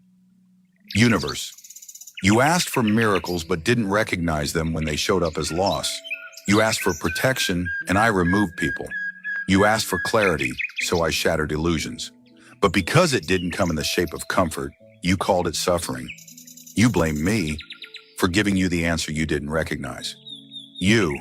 Then the pain I thought was punishment was really an answer? Body, softly like a wounded friend. Every heartbreak was an invitation to come home. Every illness was a message that your rhythm was off. Every sleepless night was a knock at your spiritual door. You didn't fail. You just forgot that your life is not a race. It's a remembering. Spirit. And now you are remembering, not as an idea, but as a return. You are not becoming something new. You are becoming yourself again. You, voice breaking with understanding. But what about all I gave away? All the energy I spent on people who never saw me? The tears I cried for love that never came? Universe. None of it was wasted. Energy doesn't disappear. It transforms. And what you gave in love will return in truth. Not always through the ones you gave it to, but through what is aligned with your soul. Every moment you gave from the heart, every time you loved without conditions, those are recorded in the field of creation, and the field remembers, even when they forget. Spirit. No act of soul is ever lost. Even if it was misunderstood by others, it was received by the divine. What wasn't honored by man was multiplied by spirit. Body. And the pain they caused is being recycled into strength. Not the strength that hardens, but the strength that glows, that forgives without forgetting the lesson, that stands without seeking applause. You, stronger now but still tender.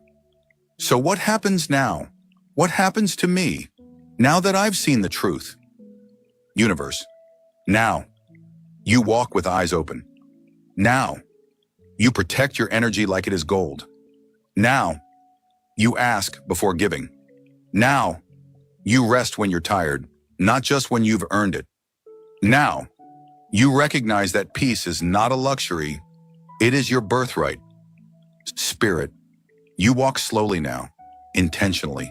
You speak less, but when you do, it is holy. You no longer explain your worth, you embody it. Body, and I will follow your truth. I will release the old pain as you stop repeating the old patterns. I will renew, not through force, but through alignment. You, but what if I fall again? What if I forget again? Universe. Then I will remind you again, and again, and again. That is not failure, that is the path. The awakened don't walk without stumbling. They just know how to rise. Spirit. Even the stars fall, but they never stop shining. Even the ocean forgets her stillness, but she always returns to shore. You are not here to be perfect. You are here to be present. Body. And presence heals more than any prescription ever could. Because when you're present, you finally feel me. You honor my needs. You listen to the temple you were born into. Universe. Let this be the covenant between us. You will no longer chase. You will attract. You will no longer force. You will allow. You will no longer beg for love. You will become it. And in that becoming, the world you long for will come to you. Because it was never separate. It was just waiting for your return. You, soul open, voice grounded. I don't want to forget this feeling, this peace, this clarity. I've lived too long without it. But how do I keep it? How do I hold this truth, spirit, with timeless softness? By not clutching it like a possession, but by becoming it. You don't keep alignment. You flow in it. You return to it, like breath returns to the lungs. There will be days when you feel lost again, but now you'll recognize the signs and you'll come home faster. Universe. Yes, because awakening is not a one-time event. It's a daily invitation. Some days you will say yes with fire. Some days you will whisper yes through tears. But even your smallest yes moves galaxies. You don't have to be loud to be heard here. Body, gentle and loving. And I will feel your choices before you even speak them. Because your body is not just a vessel, it's a journal. It records your truth. It tells your story before your lips do. And I've been writing your discomfort in the language of inflammation, tension, and fatigue. So you would listen. Now that you are listening, I will speak to you through peace. You. Why was I so afraid to be alone? Why did I give myself to those who couldn't love me? Spirit, because you were conditioned to believe that your worth was outside of you. You were taught to measure your value by how much others wanted you. But now you are unlearning the lie. You are remembering that your worth is not transactional. It is eternal. Universe, they didn't reject you. They were just not capable of receiving you. And I removed them so you could stop shrinking to be understood by people who haven't even met themselves yet. You, looking back with new eyes. So the heartbreak was sacred. Universe. Yes, every heartbreak was a breaking open. Every ending was a sacred redirection. Every betrayal was a mirror. You didn't lose them. You lost illusions. You didn't fall apart. You fell into alignment. Body, and each time you fell, I caught you. In aching knees, in shallow breaths, in sleepless nights. I held you, quietly, while you mourned who you thought you had to be. Spirit. And while the world tried to harden you, I preserved your softness. That softness is not weakness. It is your gift. Don't kill your softness to survive. Survive because of it. You. Then why does healing feel like losing? Universe. Because healing asks you to release what was never truly yours. The people, the patterns, the identities. They were chapters, not definitions. But you made them your name. So healing feels like death. Because in a way, it is. It's the death of the false self. The one built to be accepted. The one built to keep the peace. But the real you, the one buried beneath the layers, she rises now. Spirit. Let her rise, beloved. Let her be seen by you. Let her walk without guilt. Let her speak without apology. Let her laugh again, fully. Let her live, deeply. Body. And I will glow with her. I will stretch with her. I will rest with her. I will protect her. You, with reverence. So now, I walk differently. Universe. Yes, you walk in sacred awareness now. You walk with boundaries, not walls. You walk with truth, not fear. You walk with presence, not performance. Because you've remembered that you are the altar, you are the ceremony, you are the sacred, and your life is the prayer. Now that you've remembered, do not forget again. Do not go back to sleep just because it's comfortable. Do not return to the cage just because the door is familiar. Do not water down your truth just to keep being tolerated. You have been spoken to by the universe. You have been held by your own spirit. You have been reminded by the wisdom in your own body. Now walk, and as if your feet are made of purpose. Now speak, and as if your voice has returned from the grave. Now live, as if your time here is sacred, because it is.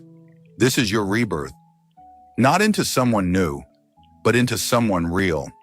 And the next time someone asks, "Who are you?" you will not flinch. You will not shrink. You will not lie. You will smile and say, "I am everything the world tried to bury. And still, I rise." Chosen ones, we walk every day with our heads lifted high. Yet inside, many are bent low, with the weight of illusions, carrying burdens that were never ours to carry, chasing after shadows the system placed before us, and calling it success. From birth, they whispered into our ears that value is measured by gold, by numbers, by clothes that fade and titles that rust. And we swallowed it because we did not know there was another way. And here we are, clawing at each other, believing that being above our neighbor is the same as being alive. Yet in truth, life was never meant to be a race against your brother or your sister. It was meant to be a garden where each plant blooms in its own time, where each flower drinks from the same rain, and where each root meets the other deep in the soil of love. But look at us. Look at the city lights, burning through the night as though darkness was an enemy. But in truth, it is only rest. Look at the hands that reach for riches, but tremble when they reach for love. Look at the eyes that shine for status, but dim when they are asked to see another's pain. What is this system we have built? A marketplace of souls where money decides whether a man eats or starves, whether a woman is treated or left to suffer, whether a child learns or grows in ignorance. Yet none of those who plant the seeds of the earth paid the sky for the rain, or the sun for its warmth, or the soil for its silent labor. We take and take, and when it is time to give back, we burn the fields, we poison the rivers, we cut down the forests, and then we wonder why the air grows thin and the world grows sick. We are killing ourselves, not with knives, not with bullets, but with hunger for what does not matter. Greed is a slow poison, dripping every day into the cup of humanity, and most drink it gladly. But listen, chosen ones, the truth is simple. The only wealth we were given is love. It is the currency that never devalues, the treasure no thief can steal, the inheritance that follows you beyond the grave. And yet it is the one thing most are too poor to spend, too afraid to give. We hoard things we cannot carry into the soil, while neglecting the one thing that remains eternal. Have you seen the bones of the dead? The flesh returns to dust, the skin rots away, the clothes decay, but the bones remain, strong, silent, unmoved. A witness to the truth that what is unseen, what is within, is what endures. You can polish your skin, dress it in silk, cover it with gold, but it will still fall away. You can starve your spirit while feeding your body, and in the end, the body will betray you. But the spirit, the inner being, that is the treasure. That is what must be loved, nurtured, honored. Do not call it richness when you clothe your outside and leave your inside naked. True wealth is when your soul shines so brightly that even in silence others feel loved. Why do we look down on each other? Why do we allow anger to rule our tongues, our homes, our families? Anger is the flame that consumes everything it touches. It burns bridges, it burns children's hearts, it burns the peace of generations. Many call it strength, but it is only weakness disguised. The strong are not those who strike hardest, the strong are those who forgive fastest. The strong are those who can love when hate is easier, those who can open their hands when the world tells them to close their fists. But how can you love another if you have not loved yourself? A bottle cannot pour into another bottle unless it first holds water within itself. Two bottles filled to the brim cannot pour into each other, for they are already full. Love begins inside. Self-love is not vanity. It is the recognition that you are a temple of spirit, a vessel of divine breath. When you learn to honor yourself, to forgive yourself, to cherish yourself, then love overflows. And that overflow waters your neighbor, heals your children, restores your family. Chosen ones, do you not see? The system thrives on division. It whispers, you are better than him, you are less than her, you must fight for your place, prove your worth. And so we fight. We build walls between ourselves and call it safety. We cut off our brothers and call it boundaries. We compete until there is nothing left to win. But at the end of all striving, at the end of all labor, the grave waits with open arms, and it takes all equally. Rich and poor, known and forgotten, we all return to the soil. And what do we take with us? Nothing. The clothes rot, the titles fade, the houses crumble, and even the faces of those who loved us blur in memory. Only love remains. So why waste this breath, this fragile and precious breath, on hate, on envy, on greed? Why build kingdoms of dust when you can build legacies of love? Why hoard bread when your neighbor is hungry, when tomorrow you yourself may be gone? Do you not see the futility of it all? That the very things we fight for lose value the moment we hold them? A shirt that was once precious becomes common when the market floods with it. A phone that was once prized becomes outdated in a year. A car that was once worshipped becomes scrap in a decade. But a kind word spoken in love lasts forever. A hand stretched in compassion ripples through eternity. Love is the only thing worth leaving behind, for it is the only thing that survives the grave. If you want to change the world, do not start with systems. Do not start with governments. Start with love. Love yourself so deeply that your wounds heal. Love your neighbor so fiercely that their chains break. Love your children so purely that they grow without fear. That is how you dismantle the illusion, not with anger, but with love. And yes, mistakes will come. Betrayals will cut you, misunderstandings will rise like storms. But before you point the finger, look into the mirror. Address yourself first. Heal your own anger before you demand peace from another. Heal your own wounds before you bind theirs. Because if you do not, your anger will leak into your words, your wounds will bleed into your actions, and instead of healing, you will hurt. The world does not need more wealth. It does not need more machines, more systems, more divisions. The world needs more love, and love is not weak. Love is the most dangerous force of all, because it cannot be bought, it cannot be bent, it cannot be killed. Systems fall, empires burn, but love remains. That is why they never teach you to love yourself. Because a person who truly loves themselves cannot be enslaved. They cannot be deceived. They cannot be broken. Chosen ones, remember this. You are not here to conquer your neighbor. You are not here to climb a ladder built on another's back. You are here to love. Love is the key that unlocks the prison of this world. Love is the medicine that heals the sickness of the soul. Love is the fire that burns away illusions. And love is the inheritance that follows you into eternity. So today, choose love. Not tomorrow, not someday, but now.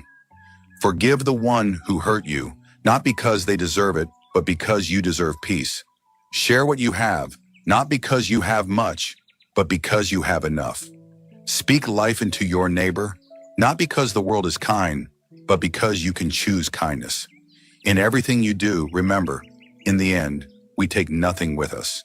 But the love we give remains written in eternity, a song that never fades, a light that never dies. And when your time comes, when the soil calls back your body and the bones remain, let it be said of you, here lies one who loved. Here lies one who gave. Here lies one who remembered what the system wanted them to forget. That love is the only treasure, the only truth, the only way. Chosen ones, the system has built cages so invisible that many call them freedom, yet they are chains. We rise in the morning and rush to chase papers with numbers printed on them, believing that our worth is measured in digits. But digits cannot hold your child at night. Digits cannot wipe your tears. Digits cannot breathe life into your spirit. The illusion is strong, for it is fed to us like milk from the moment we are born. Compete, they say. Prove yourself, they whisper. And so we run endlessly until our legs fail and our hearts grow weary. And then, when we fall, the system does not catch us. It steps over us, searching for the next soul to enslave. But you were never created to live like this. You were never made to be a servant of paper, a worshiper of coins, a slave to things that rot. Look at nature. The tree does not hoard its fruits. It lets them fall freely. The river does not measure who drinks from it.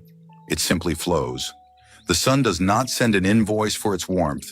It shines without asking. Yet humanity, the so-called highest of creation, demands payment for life itself. Payment to be healed, payment to eat, payment to drink. And if you cannot pay, you are left to wither. Is this life, or is it death disguised as progress? The suffering is not hidden. Children go to bed hungry. Elders die alone in hospitals because care has a price tag.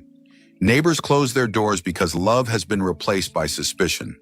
And yet the earth gave us everything for free. The soil birthed food, the sky birthed water, the body birthed compassion. It is we who placed locks on these gifts and called it economy. We made what was sacred into merchandise, and then we wonder why hearts are empty and souls are starving. But chosen ones, there is another way. It begins with a simple shift, to see yourself not as above another, not as below another, but as part of the same body. If the hand is injured, the whole body feels pain. If the eye is blinded, the whole body loses sight. If the heart is heavy, the whole body slows. Humanity is one body, and until we learn to love one another as we love ourselves, the whole body will remain sick. Do not think love is weakness. Do not think forgiveness is surrender. These are the weapons of the spirit. Anger is easy, hatred is natural, greed is common, but love is divine. Love is the only thing that makes you more than flesh, more than bone. Love is what echoes in eternity. Do not fear being forgotten. Fear only being remembered for what you did not give. Look at the graves of kings and emperors. Their crowns are dust. Their palaces are ruins. Their armies are gone. But the love of a mother for her child, the kindness of a stranger to the poor, the compassion of one soul to another, these outlast empires. History forgets rulers but remembers love. And so, chosen ones, I ask you, what will you leave behind?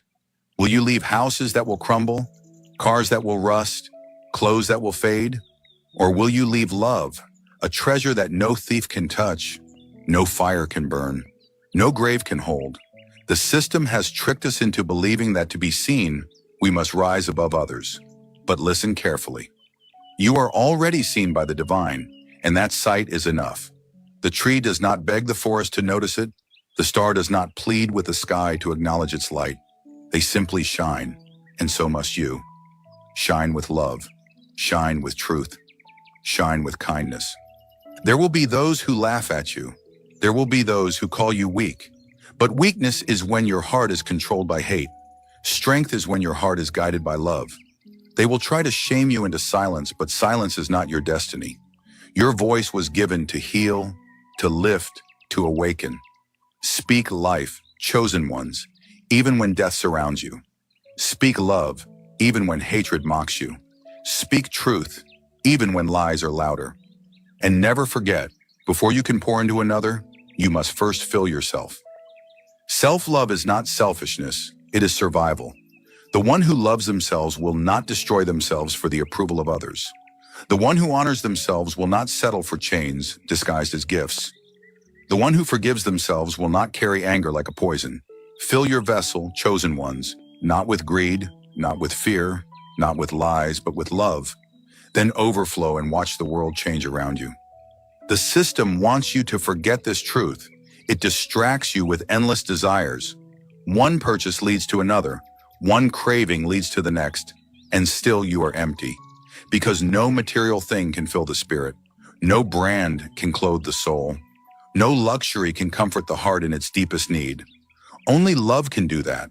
Only love can satisfy the hunger that money cannot touch.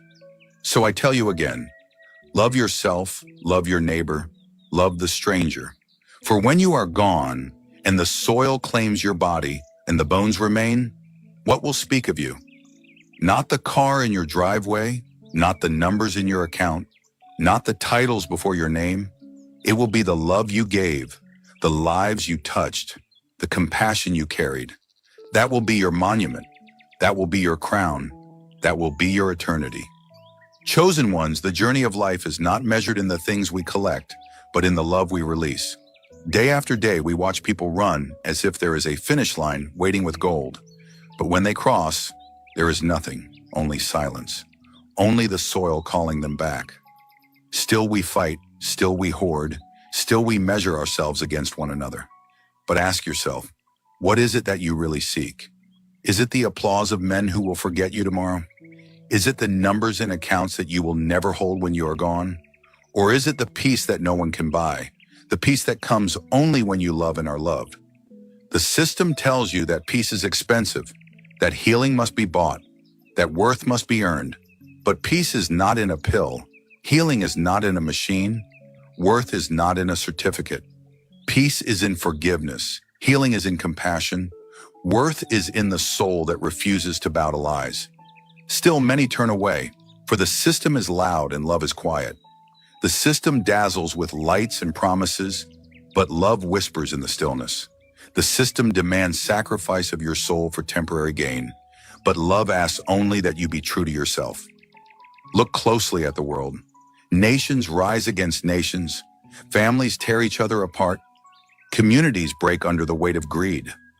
Anger grows like wildfire, and soon the smoke chokes even the innocent. And all of it could be healed if love was placed at the center. Anger destroys homes. Love builds them. Anger blinds generations. Love restores sight. Anger leaves scars that echo for centuries. Love writes stories that inspire for eternity. Which do you choose to leave behind? Imagine for a moment your final day. Imagine the bed where you lie, the breaths growing slower, the world fading. Will you count your money then? Will you clutch your clothes? Will you ask for your titles? Number. You will remember faces, you will remember voices, you will remember moments of love, the laughter of your children, the embrace of your friend, the forgiveness you gave, the forgiveness you received. That is what matters. That is what lingers when all else falls away. Yet how many live as if they are immortal? How many treat their brothers like enemies, their sisters like strangers, themselves like prisoners? How many feed the body but starve the soul? They look in mirrors and polish the skin, forgetting that it will soon be soil. They cover their bones with fabric, forgetting that bones remain when fabric fades. They chase beauty in the eyes of others, forgetting that true beauty is the peace that flows from within. Have you ever seen a rotten bone? Number. Flesh rots, skin vanishes, but bones remain. And so too does the essence of who you are.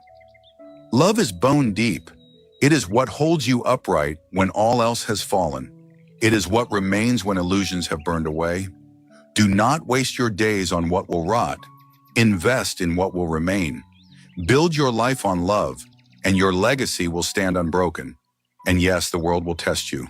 Betrayal will come. Hurt will cut. The ones you love may wound you most. But do not let pain turn your heart to stone. Let it turn your heart to wisdom. Do not let anger poison your spirit. Let forgiveness cleanse you. Do not let loss make you bitter. Let it make you grateful for what remains. This is the secret of the chosen. They turn wounds into wisdom, pain into... This is not just a conversation. This is a remembering, a return, a resurrection. You didn't find this message. It found you at the exact moment your soul was ready to rise. This is a divine dialogue between the universe, your body, and your eternal spirit. This is what happens when silence becomes sacred. Chosen one, listen. There is a law older than religion, older than books, older than every system that ever tried to teach you how to pray. It is the law your ancestors lived by, the law your spirit remembers, the law the modern world has forgotten. Whatever you give to Mother Earth, Mother Earth gives back to you in return. But who is Mother Earth? Not a statue, not a goddess floating in the sky. Mother Earth is the ground beneath you, the soil you stand upon every single day without knowing its power. The earth is alive, vibrating, listening, responding. Every step you take leaves a message. Every offering you give creates a contract. Every intention you place into the soil returns to you multiplied. And here is the part nobody taught you. The power to activate this ancient law sits in the center of your palm. Your palm is a spiritual antenna, a transmitter, a receiver, a bioelectric portal that speaks directly to the earth. You were born with this. It is your birthright. Your ancestors used this power to call rain, to call healing, to call protection, to call abundance. You are about to use it to call wealth, opportunity, and favor back into your life. Listen carefully now. If you give food to Mother Earth, she returns you harvest. If you give water to Mother Earth, she returns you rainfall. If you give money to Mother Earth, she returns you provision, surplus, increase, unexpected doors, unexpected blessings, unexpected answers. Today we are activating that law. In this video, we are giving money to Mother Earth, and she will return it back to me. And when you yourself engage in this practice, not with fear, not with doubt, but with a full heart, the earth will bless you the same way. Because Mother Earth doesn't calculate your offering by the size of the money. She calculates it by the size of your intention. Here's what I want you to do. Find any currency note. It doesn't matter how small, $1, a 5, a 10, whatever your spirit feels. Go to the ground, the real earth, not the floor in your home, not concrete. Touch the soil, the grass, the sand. Stand there for a moment, feel it breathing, feel it remembering you. Then place the money on the ground and place your dominant hand, the one that feels more powerful, gently on top of the note. Now pause and feel the center of your palm warming, tingling, vibrating. That is the portal awakening. That is your birthright activating. That is your ancient lineage rising. Then speak these words slowly, intentionally from your chest. In the name that is above every other name, I bring this offering unto you, Mother Earth. Accept it from me and return it back to me in surplus. Let blessings rise, and let favor rise, let opportunities rise. Because I have spoken it, so shall it be by the power and the blood of the Lamb. These words seal the contract. These words create spiritual legality. These words carry vibration. Now lift your hand slightly and blow on your palm 3 times. Your breath is your signature. Your breath is your life force. Your breath is your command. Then leave the money there. Do not pick it up. Do not hesitate. Do not question. Do not overthink. Stand up. Turn your back. Walk away. And do not look back. Because when you look back, you interrupt the flow. When you look back, you doubt the blessing. When you look back, you tell the earth you're not ready to receive. Walk away with confidence. Walk away like someone who knows their blessing is already on the way. Walk away like someone who has spoken and been heard. Then wait. In the next few days, watch what shifts. Watch what doors open. Watch the opportunities that begin to appear out of nowhere. Watch the unexpected favor. Watch the call you've been waiting for. Watch the money you didn't expect. Watch the breakthrough you've been praying for finally move. Because the earth listens to intention. The earth listens to energy. The earth listens to alignment. And the earth always returns what is given, multiplied. Chosen one, this is not magic. This is not superstition. This is ancient technology. This is spiritual science. This is your ancestral inheritance waking up inside you. You are powerful. You are connected. You are aligned with the ground beneath you. And from today onward, the earth will rise to meet your needs. When you honor the earth honors you back. When you speak to the earth answers. When you give to the earth multiplies. This is the law, this is the truth. This is your return. Now, before you go, call to action. If you're ready for Mother Earth to return blessings back to you, drop this in the comments. Mother Earth, return my blessing. Subscribe to the YouTube channel. Share this message with someone who needs spiritual alignment. And check the link below to join Spirit Vibe Tribe. Your spiritual home, your daily activations, your rituals, your power. Chosen one, listen. There is a law older than religion, older than books, older than every system that ever tried to teach you how to pray. It is the law your ancestors lived by. Have you ever wondered why people look at you like you were a dream they just woke up from? Chosen ones. They question you because you were never meant to blend in. You were a divine disruption, a sacred glitch in their carefully programmed life. You didn't walk into their world to stay forever. You entered their timeline like a divine anomaly. Everything in their frequency shifted the moment your energy touched theirs. You didn't try to change them. You simply existed, and your existence rearranged something in their soul.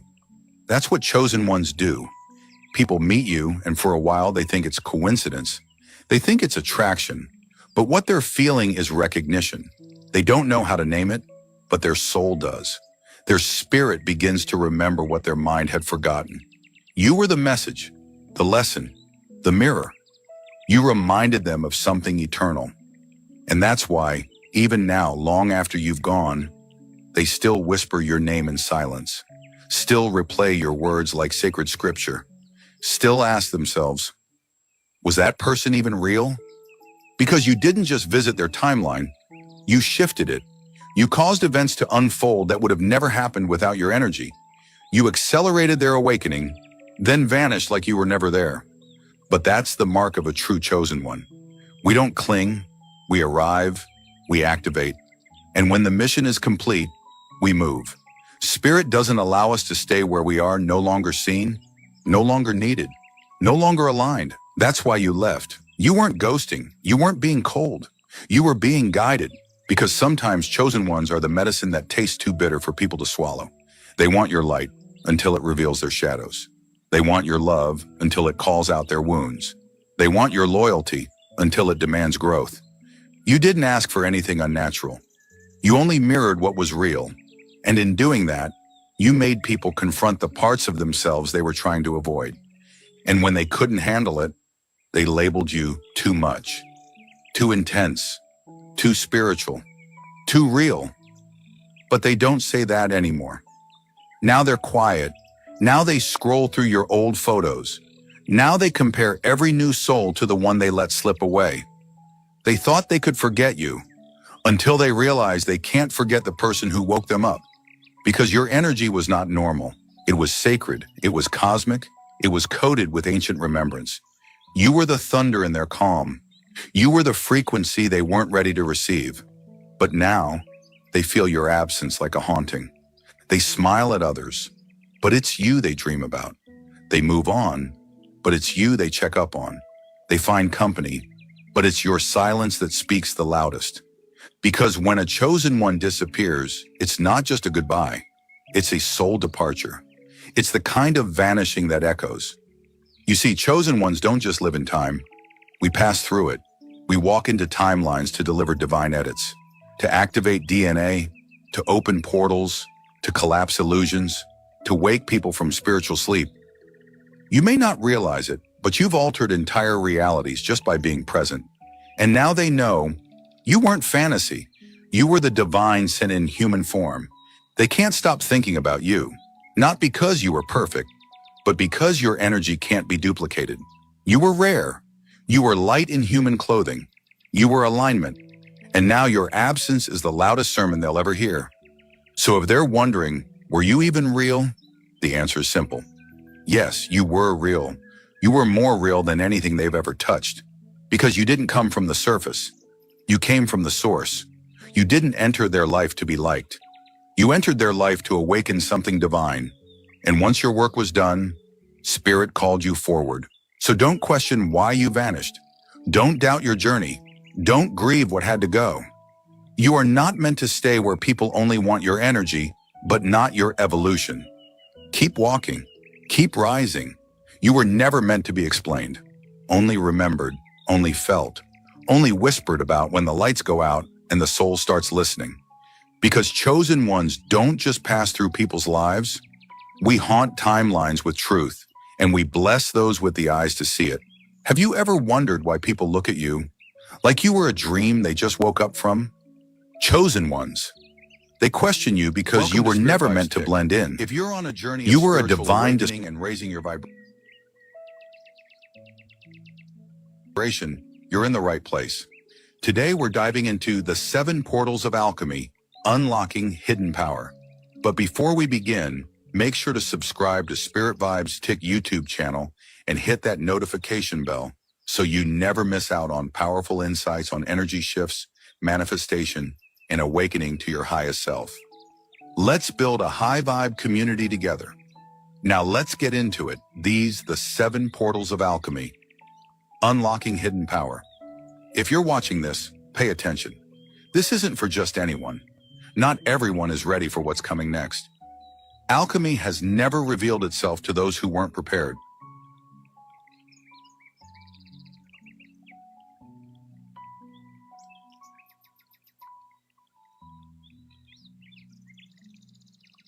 It has always been hidden in plain sight, disguised in symbols, metaphors.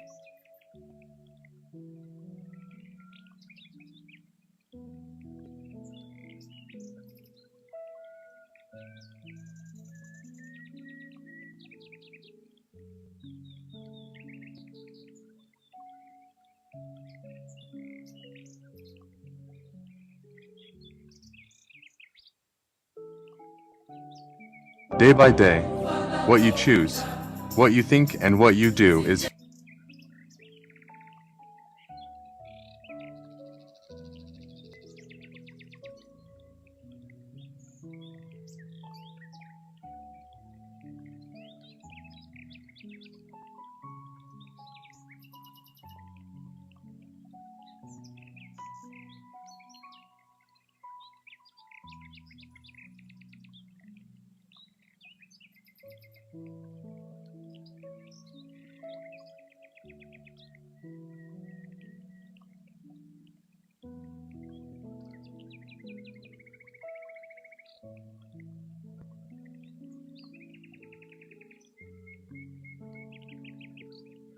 Welcome to Spirit VibesTik. If you're on a journey of spiritual awakening and raising your vibration, you're in the right place. Today we're diving into the 7 portals of alchemy, unlocking hidden power. But before we begin, make sure to subscribe to Spirit VibesTik YouTube channel and hit that notification bell so you never miss out on powerful insights on energy shifts, manifestation, and awakening to your highest self. Let's build a high vibe community together. Now let's get into it. These, the 7 portals of alchemy, unlocking hidden power. If you're watching this, pay attention. This isn't for just anyone. Not everyone is ready for what's coming next. Alchemy has never revealed itself to those who weren't prepared. It has always been hidden in plain sight, disguised in symbols, metaphors, and coded texts that only the truly awakened could decipher. But why so much mystery? Why has this knowledge been veiled for centuries? The answer is simple: because it can't be given to just anyone. Since ancient times, the great masters knew that alchemy wasn't just about transforming metals. It was about transforming the self. It was a dangerous path for those who tried to access it unprepared. The truth doesn't come without consequences, and those who dared to touch sacred knowledge without being ready were consumed by the very fire meant to transmute them. And now I ask you, do you feel that fire burning inside you? That is the first sign. The call of alchemy isn't random. It finds those who are already prepared to see beyond the illusion, those who no longer accept living on autopilot, running in the same cycles, trapped by the same limitations. If this knowledge has found you now, it's not by chance. But before we continue, there's something you need to understand. Nothing in your life happened by accident. The pain, the challenges, the repetitions, everything was part of a test, an unconscious process of refinement. Just like raw metal must be burned in fire to become gold, your soul has gone through experiences that have prepared you for this moment.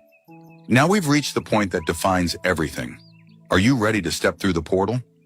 Because there's no turning back after this. What you are about to discover may forever change the way you see the world, but only those who are truly ready will be able to understand. If you feel this is your moment, come with me. The journey begins now. The first portal, the death of the old self, Negredo, chaos and dissolution. The first portal is the hardest. Most people back out before even taking the first step because crossing it means dying. Not physically, but in an even deeper way. It means letting go of everything you believe yourself to be. Your name, your story, your certainties, your beliefs, everything must crumble so that something new can be born. This is the beginning of true alchemy, and this phase has a name: Negredo, chaos, dissolution. The moment when everything impure must be burned away, because you can't build a new identity on rotten foundations. If you feel like your life is falling apart, like nothing makes sense, like old wounds are coming back stronger than ever, pay attention. You're not being destroyed. You're being refined. But this process isn't for everyone. It demands total surrender. Because one thing must be clear: you cannot become something new while clinging to what you once were. Paracelsus, one of the greatest alchemists in history, was rejected, discredited, called crazy. Isaac Newton spent years in isolation, buried in texts on alchemy and the occult, trying to understand the secrets of the universe while his mind drifted between genius and obsession. Zosimos of Panopolis, the first known alchemist in Western history, had terrifying visions. In one of them, he saw his own body being torn apart, undone, reduced to nothing, only to be reborn in a purified form, as if recreated by divine fire itself. Does that scare you? It should, because crossing this portal means there's no turning back. You can't carry your old beliefs into the new reality. You can't transform while still clinging to the old version of yourself. If you want a new life, you must be ready to let the old one burn. What's holding you back? Fear? Attachment to who you've always been? The illusion of control? Everything must die before it can be reborn. This is the law of alchemy. The second portal, internal illumination, albedo, the purification of consciousness. The chaos has passed, but something inside you is still burning. You feel like you're no longer the same person. There's a strange silence where certainty used to be. The old identity has been burned away, and now all that remains is emptiness. But this emptiness is not a mistake. It's necessary. This is the second portal, internal illumination. The fire of Negredo consumed what needed to go. Now comes purification. But purification doesn't mean everything will immediately feel light and peaceful. First, you need to learn to be with this new version of yourself, without distractions, without masks, without escape. The ancients called this phase albedo, the moment when darkness begins to make way for light. But this light doesn't come from outside. There are no more ready-made answers, no more borrowed truths. Everything you need to know has been inside you all along. The problem is, you never knew how to listen. Your whole life, the world has taught you to seek answers outside yourself. Books, gurus, opinions, dogmas. You were trained to believe that truth comes from something or someone beyond you. But the wise ones of Egypt already said, true knowledge does not come from outside, but from inner silence. And that is exactly what this portal demands of you, silence. But understand, silence is not just the absence of sound. True silence is internal. It happens when you finally stop running from yourself. When you sit down, close your eyes, and face everything that is still inside you. All the fears, all the doubts, all the voices implanted in your mind that you believed were your own. Have you ever noticed how your mind never stops? How it bombards you with endless thoughts, memories, projections, judgments? It never gives you peace because it was programmed to keep you distracted. But now distraction no longer works. You have passed through the fire. There's nothing left to hold on to.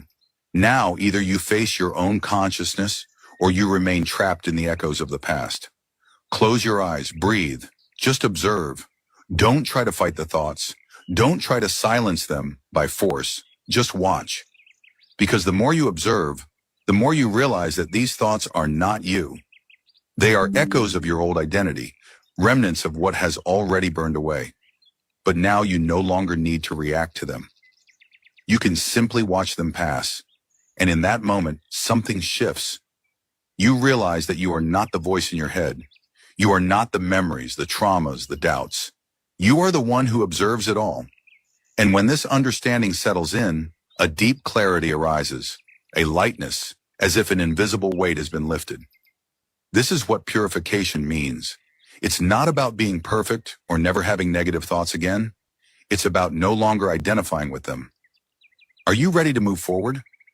Now that you know what to stay away from, you're one step closer to aligning with your highest energy and manifesting your best life. If this video resonated with you, don't forget to give it a thumbs up, share it with someone on their spiritual journey, and drop a comment below. Let me know which habit surprised you the most or what you're working on right now to raise your vibration. And of course, if you haven't already, subscribe to Spirit VibesTik YouTube channel and turn on that notification bell so you never miss out on new videos.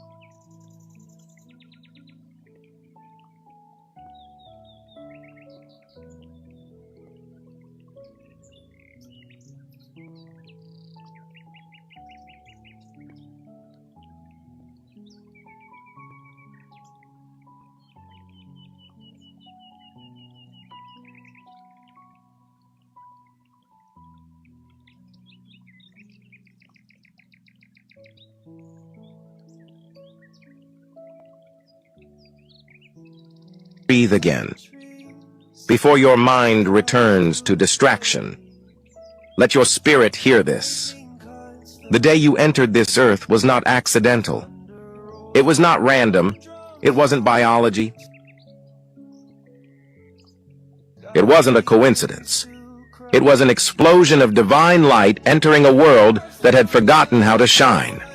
The moment the spark of your father's essence collided with the moonlit chamber of your mother, The universe paused. The earth smiled. A pulse went through the unseen realms. Because a frequency this world had not seen in lifetimes returned. A light stepped into a place built on shadows. And that light was you. But the world didn't clap. The world didn't celebrate. Because the world is darkness. It fears what it cannot control. And when light appears, darkness creates systems to bury it. So they tried to shrink you. Schools, churches, governments, expectations, labels, rules, fear. Everything was built to make you forget who you are. They told you your dreams were too big. They told you your voice was too loud. They told you your energy was too much. They told you your spirit was too wild. But listen, even if they dim the bulbs in every building, even if they shut down every city, even if the sky turns gray, your light doesn't need permission to shine. Your essence doesn't need validation. Your power doesn't need approval. Because you are older than every system that judges you. You are older than every rule they use to control you. You are older than every religion created after your birth. You are the author. You are the breath. You are the flame that refuses to die. Chosen one, you can speak to the sun, you can speak to the moon. You can speak to the air, you can speak to the earth. They respond to you because they live within you. Fire lives in your blood. Water lives in your emotions. Air lives in your lungs. Earth lives in your bones. Spirit lives in your consciousness. So why think negative? Why doubt your own force? Why question your own ability? You were born with the power to rewrite your destiny without any religion, without any middleman, without any permission slip from society. You are not a follower. You are the origin. You are not a believer. You are the becoming. You are not the imitator. You are the blueprint. Feel this truth that when you inhale, who do you pay? When the sun rises, who sends you an invoice? When the earth grows your food, who asks you for rent? Everything divine is free. Everything real is free. Everything that matters is free. The only thing they charged you for was the illusion that you are small. But now, your remembrance is awakening. Deep inside, something is unlocking. Your inner world is remembering its throne. Your light is remembering its purpose. Your spirit is remembering its mission. You did not come here to fit in. You came here to shift. You came here to awaken. You came here to rewrite the vibration of your bloodline. The systems fall. The illusions fade. The doctrines collapse. But your truth, your essence, your power remains. You are the light. You are the return. You are the beginning and the continuation. And starting today, you will stop apologizing for your power. You will stop shrinking for people who fear their own shadow. You will stop betraying your soul to please a world that never understood your frequency. Chosen one, this is your awakening. Your breath is sacred.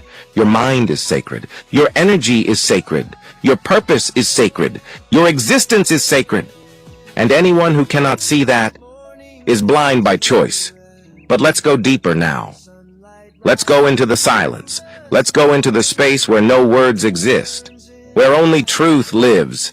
Close your eyes with me. Not because I told you to, but because your soul is already there. Feel the rhythm of your heart, not as a muscle, but as a drum that has been beating since before time. A drum that will beat long after your name is forgotten. This drum is the sound of the universe remembering itself. Every beat is a reminder. Every pulse is a prayer. Every thump is a declaration. You are here. You are alive. You are divine. Now feel your breath, not as air, but as spirit. Spirit moving through you. Spirit moving as you. Spirit moving with you. This breath is the same breath that moved through the prophets, the same breath that moved through the mystics, the same breath that moved through the stars. You are not separate from any of it. You are the continuation of all of it. Now feel your hands. Place them on your heart, not because it's symbolic, but because it's real. Your hands are not tools. They are portals.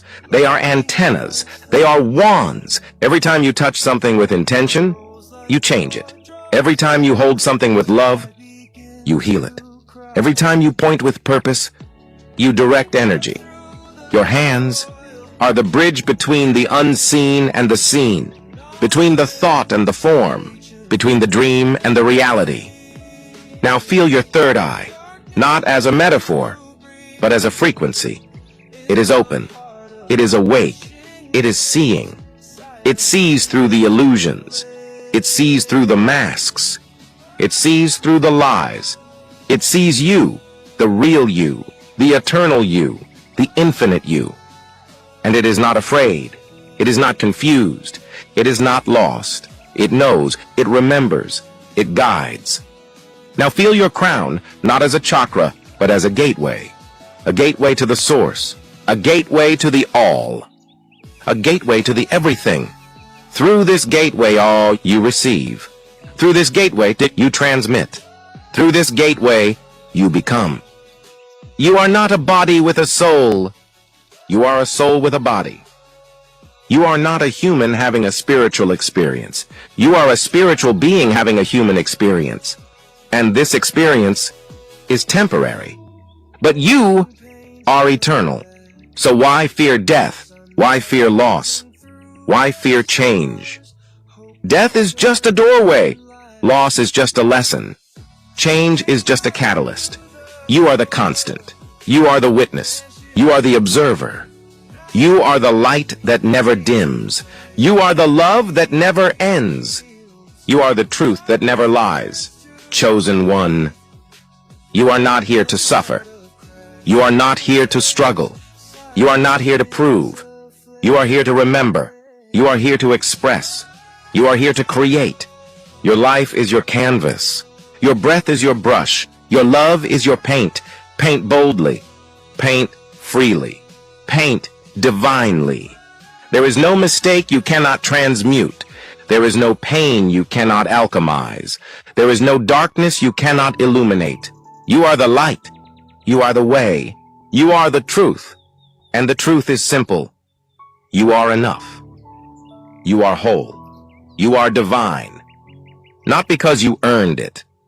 Not because you achieved it. Not because you proved it, but because you are it. This is not a belief. This is not a hope. This is not a wish. This is a knowing. This is a remembrance. This is a return. So return now. Return to your power. Return to your peace. Return to your purpose. Return to your light. And as you return, know this. Every step you take in truth shakes the foundations of illusion. Every word you speak in love dissolves the chains of fear. Every breath you take in presence awakens another soul. You are not alone. You are not lost. You are not broken. You are the light. You are the love. You are the life.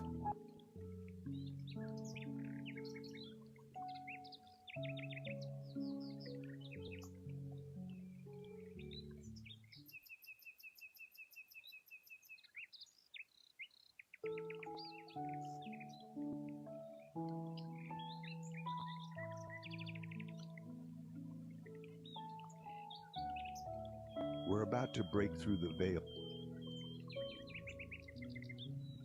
that separates the ordinary from the extraordinary. There's a level of understanding, known only to the highest few, that allows you to shift reality itself.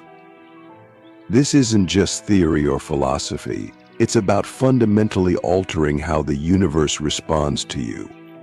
You've been living under a set of rules that are designed to keep you in line with the rest of the world.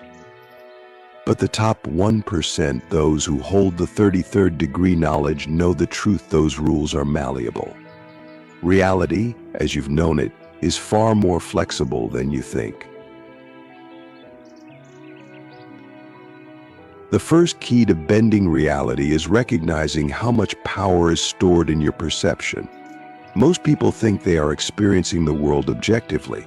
They wake up, go through their day, and assume everything they see and feel is just how things are. But perception is not passive. It's an active process, one that filters and shapes every experience. The reality you experience isn't fixed. It's constantly being molded by the way your mind interprets it. This understanding is the beginning of unlocking the 33rd degree knowledge.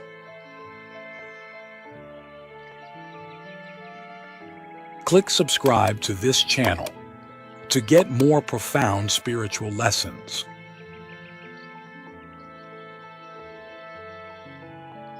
Your perception is a lens, and that lens can either expand or limit your world. The top 1% see the world through a vastly different lens than the average person. They don't just see what's in front of them, they see possibilities, probabilities, and potential outcomes all at once. They don't react to the world, they shape it. That's the first layer of bending reality. You're not responding to a world that's already been created, you're creating it as you go. Every thought, every belief, every assumption you hold is a building block of the reality you live in. Here's where it gets practical. If you want to start bending reality, stop thinking of your mind as a receiver of information and start seeing it as a projector. Your thoughts are not just internal dialogue, they are blueprints. Every thought you hold consistently gets projected onto the screen of reality. If you think in terms of scarcity, you experience scarcity. If you think in terms of abundance, your reality shifts to match that frequency. The top 1% understand that reality bends to the most persistent and dominant thoughts in their mind. This leads directly into beliefs. Beliefs are the foundation upon which your perception operates. People think beliefs are reactions to the world, but in reality, beliefs are the architects of the world you see.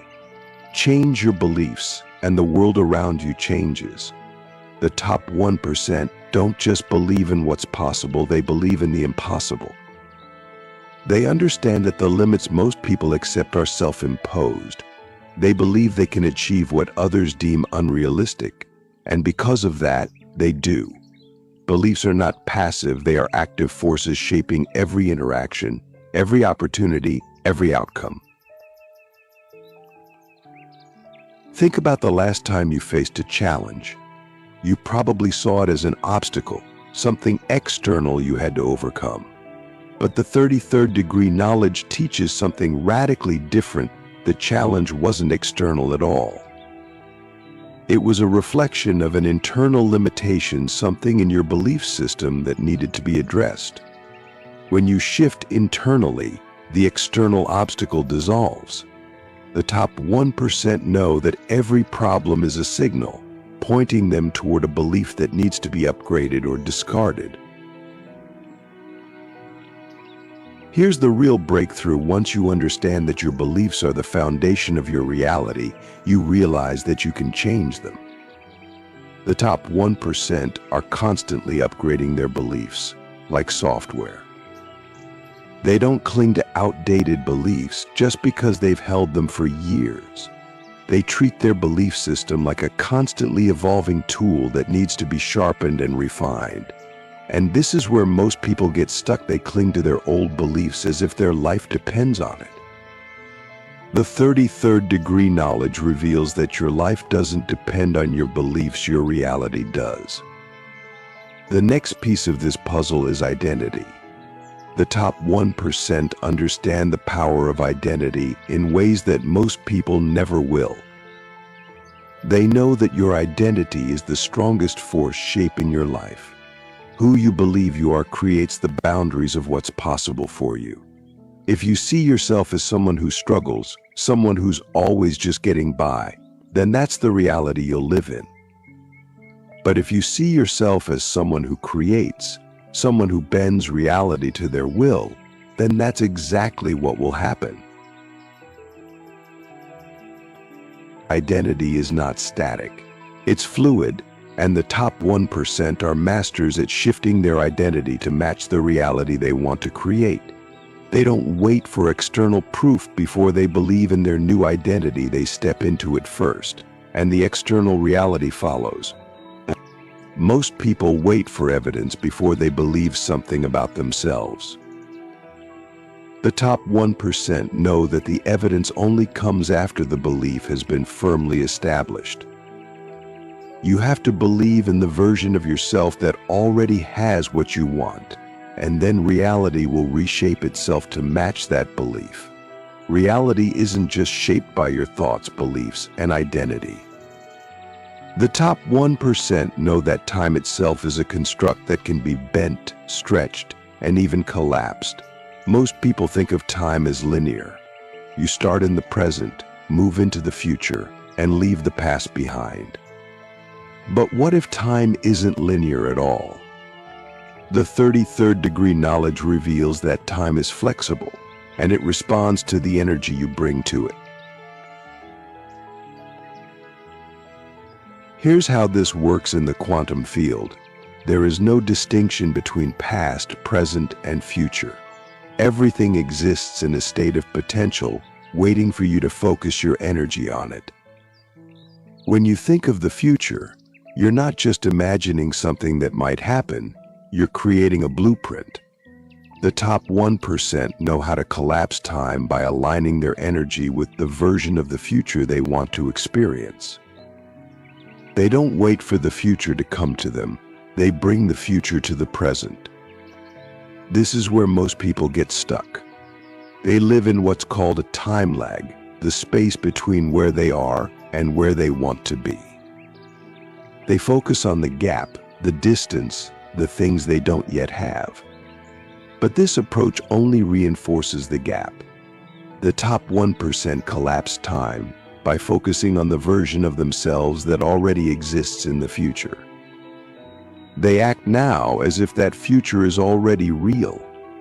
And because they're vibrating at the frequency of that future, the universe has no choice but to deliver it. This isn't just about positive thinking or visualization. It's about embodiment. The top 1% embody their future selves in the present moment. They don't just think about having more money, more success, or more freedom. They live as if they already have it. They walk, talk, and make decisions from the perspective of someone who's already achieved their goals. And because they're vibrating at that frequency, time collapses, and the future is pulled into the present. Most people are living in a constant state of waiting. They're waiting for the right moment, the perfect opportunity, or the external validation that tells them it's okay to move forward. But waiting only puts you in a state of inertia. The top 1% know there's no such thing as the right time, there's only the time you create. And if you want to manifest faster, you have to stop waiting for something to happen and start embodying the reality you want to live in.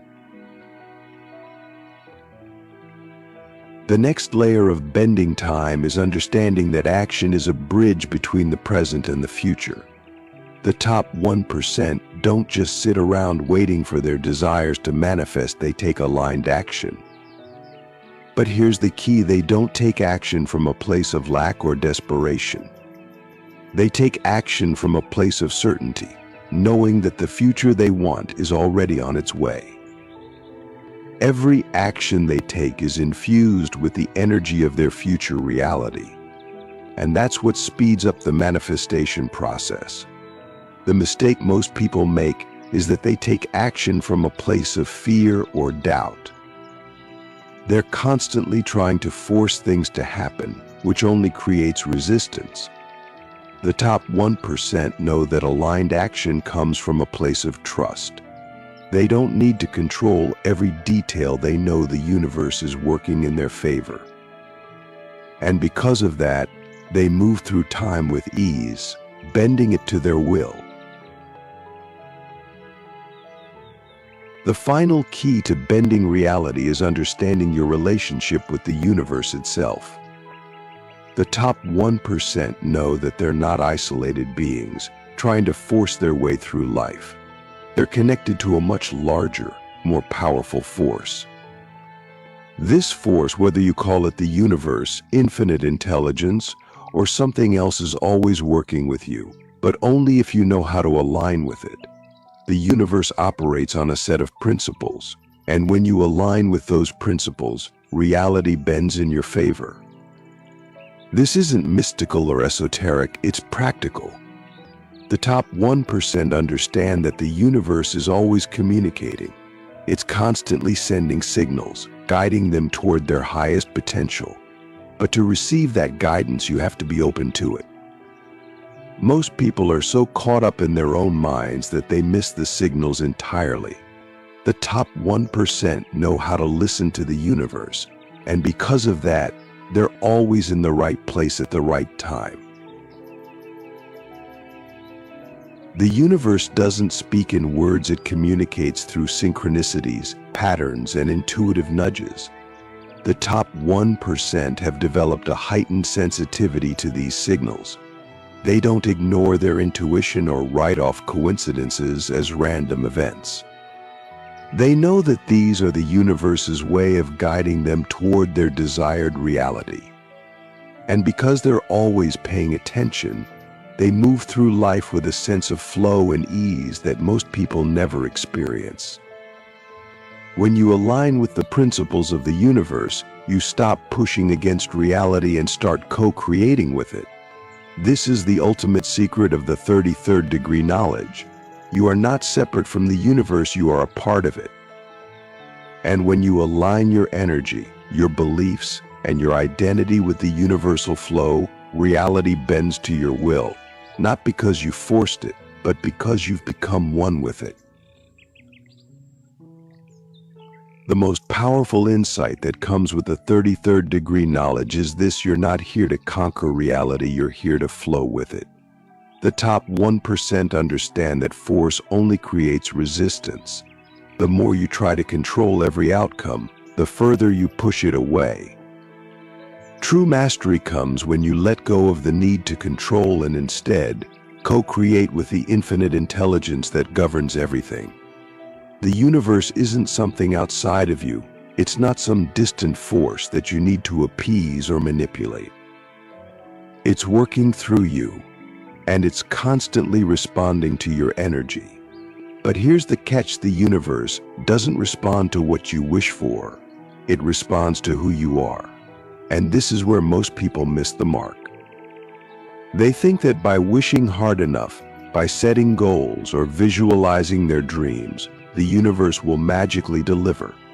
But the universe doesn't work that way. It responds to alignment, not wishful thinking. Alignment is the state of being where your thoughts, emotions, and actions are fully synchronized with the reality you want to create. This is what the top 1% have mastered. They don't just think about success, they feel it, they live it. They act from that space every single day. They have learned to embody their desires, not just think about them. And this is the key: when your internal world is in alignment, the external world has no choice but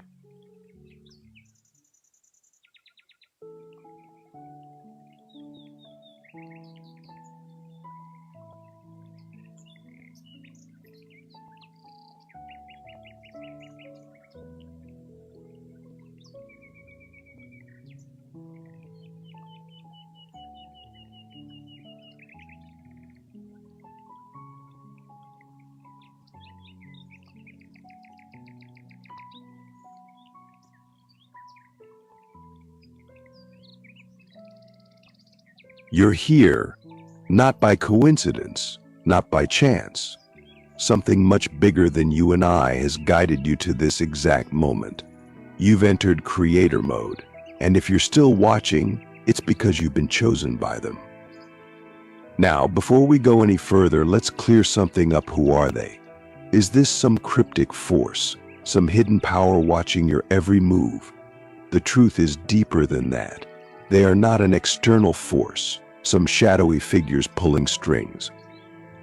They are the universe, They are the energy that runs through all things, the collective consciousness of all that has ever existed and will ever exist. And now they have chosen you. Click subscribe to this channel to get more profound spiritual lessons. You're not just another person scrolling through life, passively consuming information. You've been activated. You're now in the driver's seat of your own reality. But what does creator mode mean? It means that from this moment on, you're no longer bound by the rules that confine most people. You're no longer a victim of circumstance, tossed around by the winds of fate. You are the architect of your own universe. Think about it. How often do you feel like life is happening to you? Like you're being pushed in directions you didn't choose? That ends now. Because the moment you entered this space, you crossed a threshold. You've been given access to the same energy that drives the stars, that moves the oceans, and breathes life into this planet. You have the ability to shape and bend reality itself. But the question is, are you ready for that kind of responsibility? The first thing you need to understand about creator mode is that it's not a gift, it's a challenge. You've been chosen because you're ready for this, even if you don't fully realize it yet. You're ready to step into your power, but with great power comes great responsibility. The universe has been watching you, testing you, preparing you for this moment. And if you're feeling a sense of unease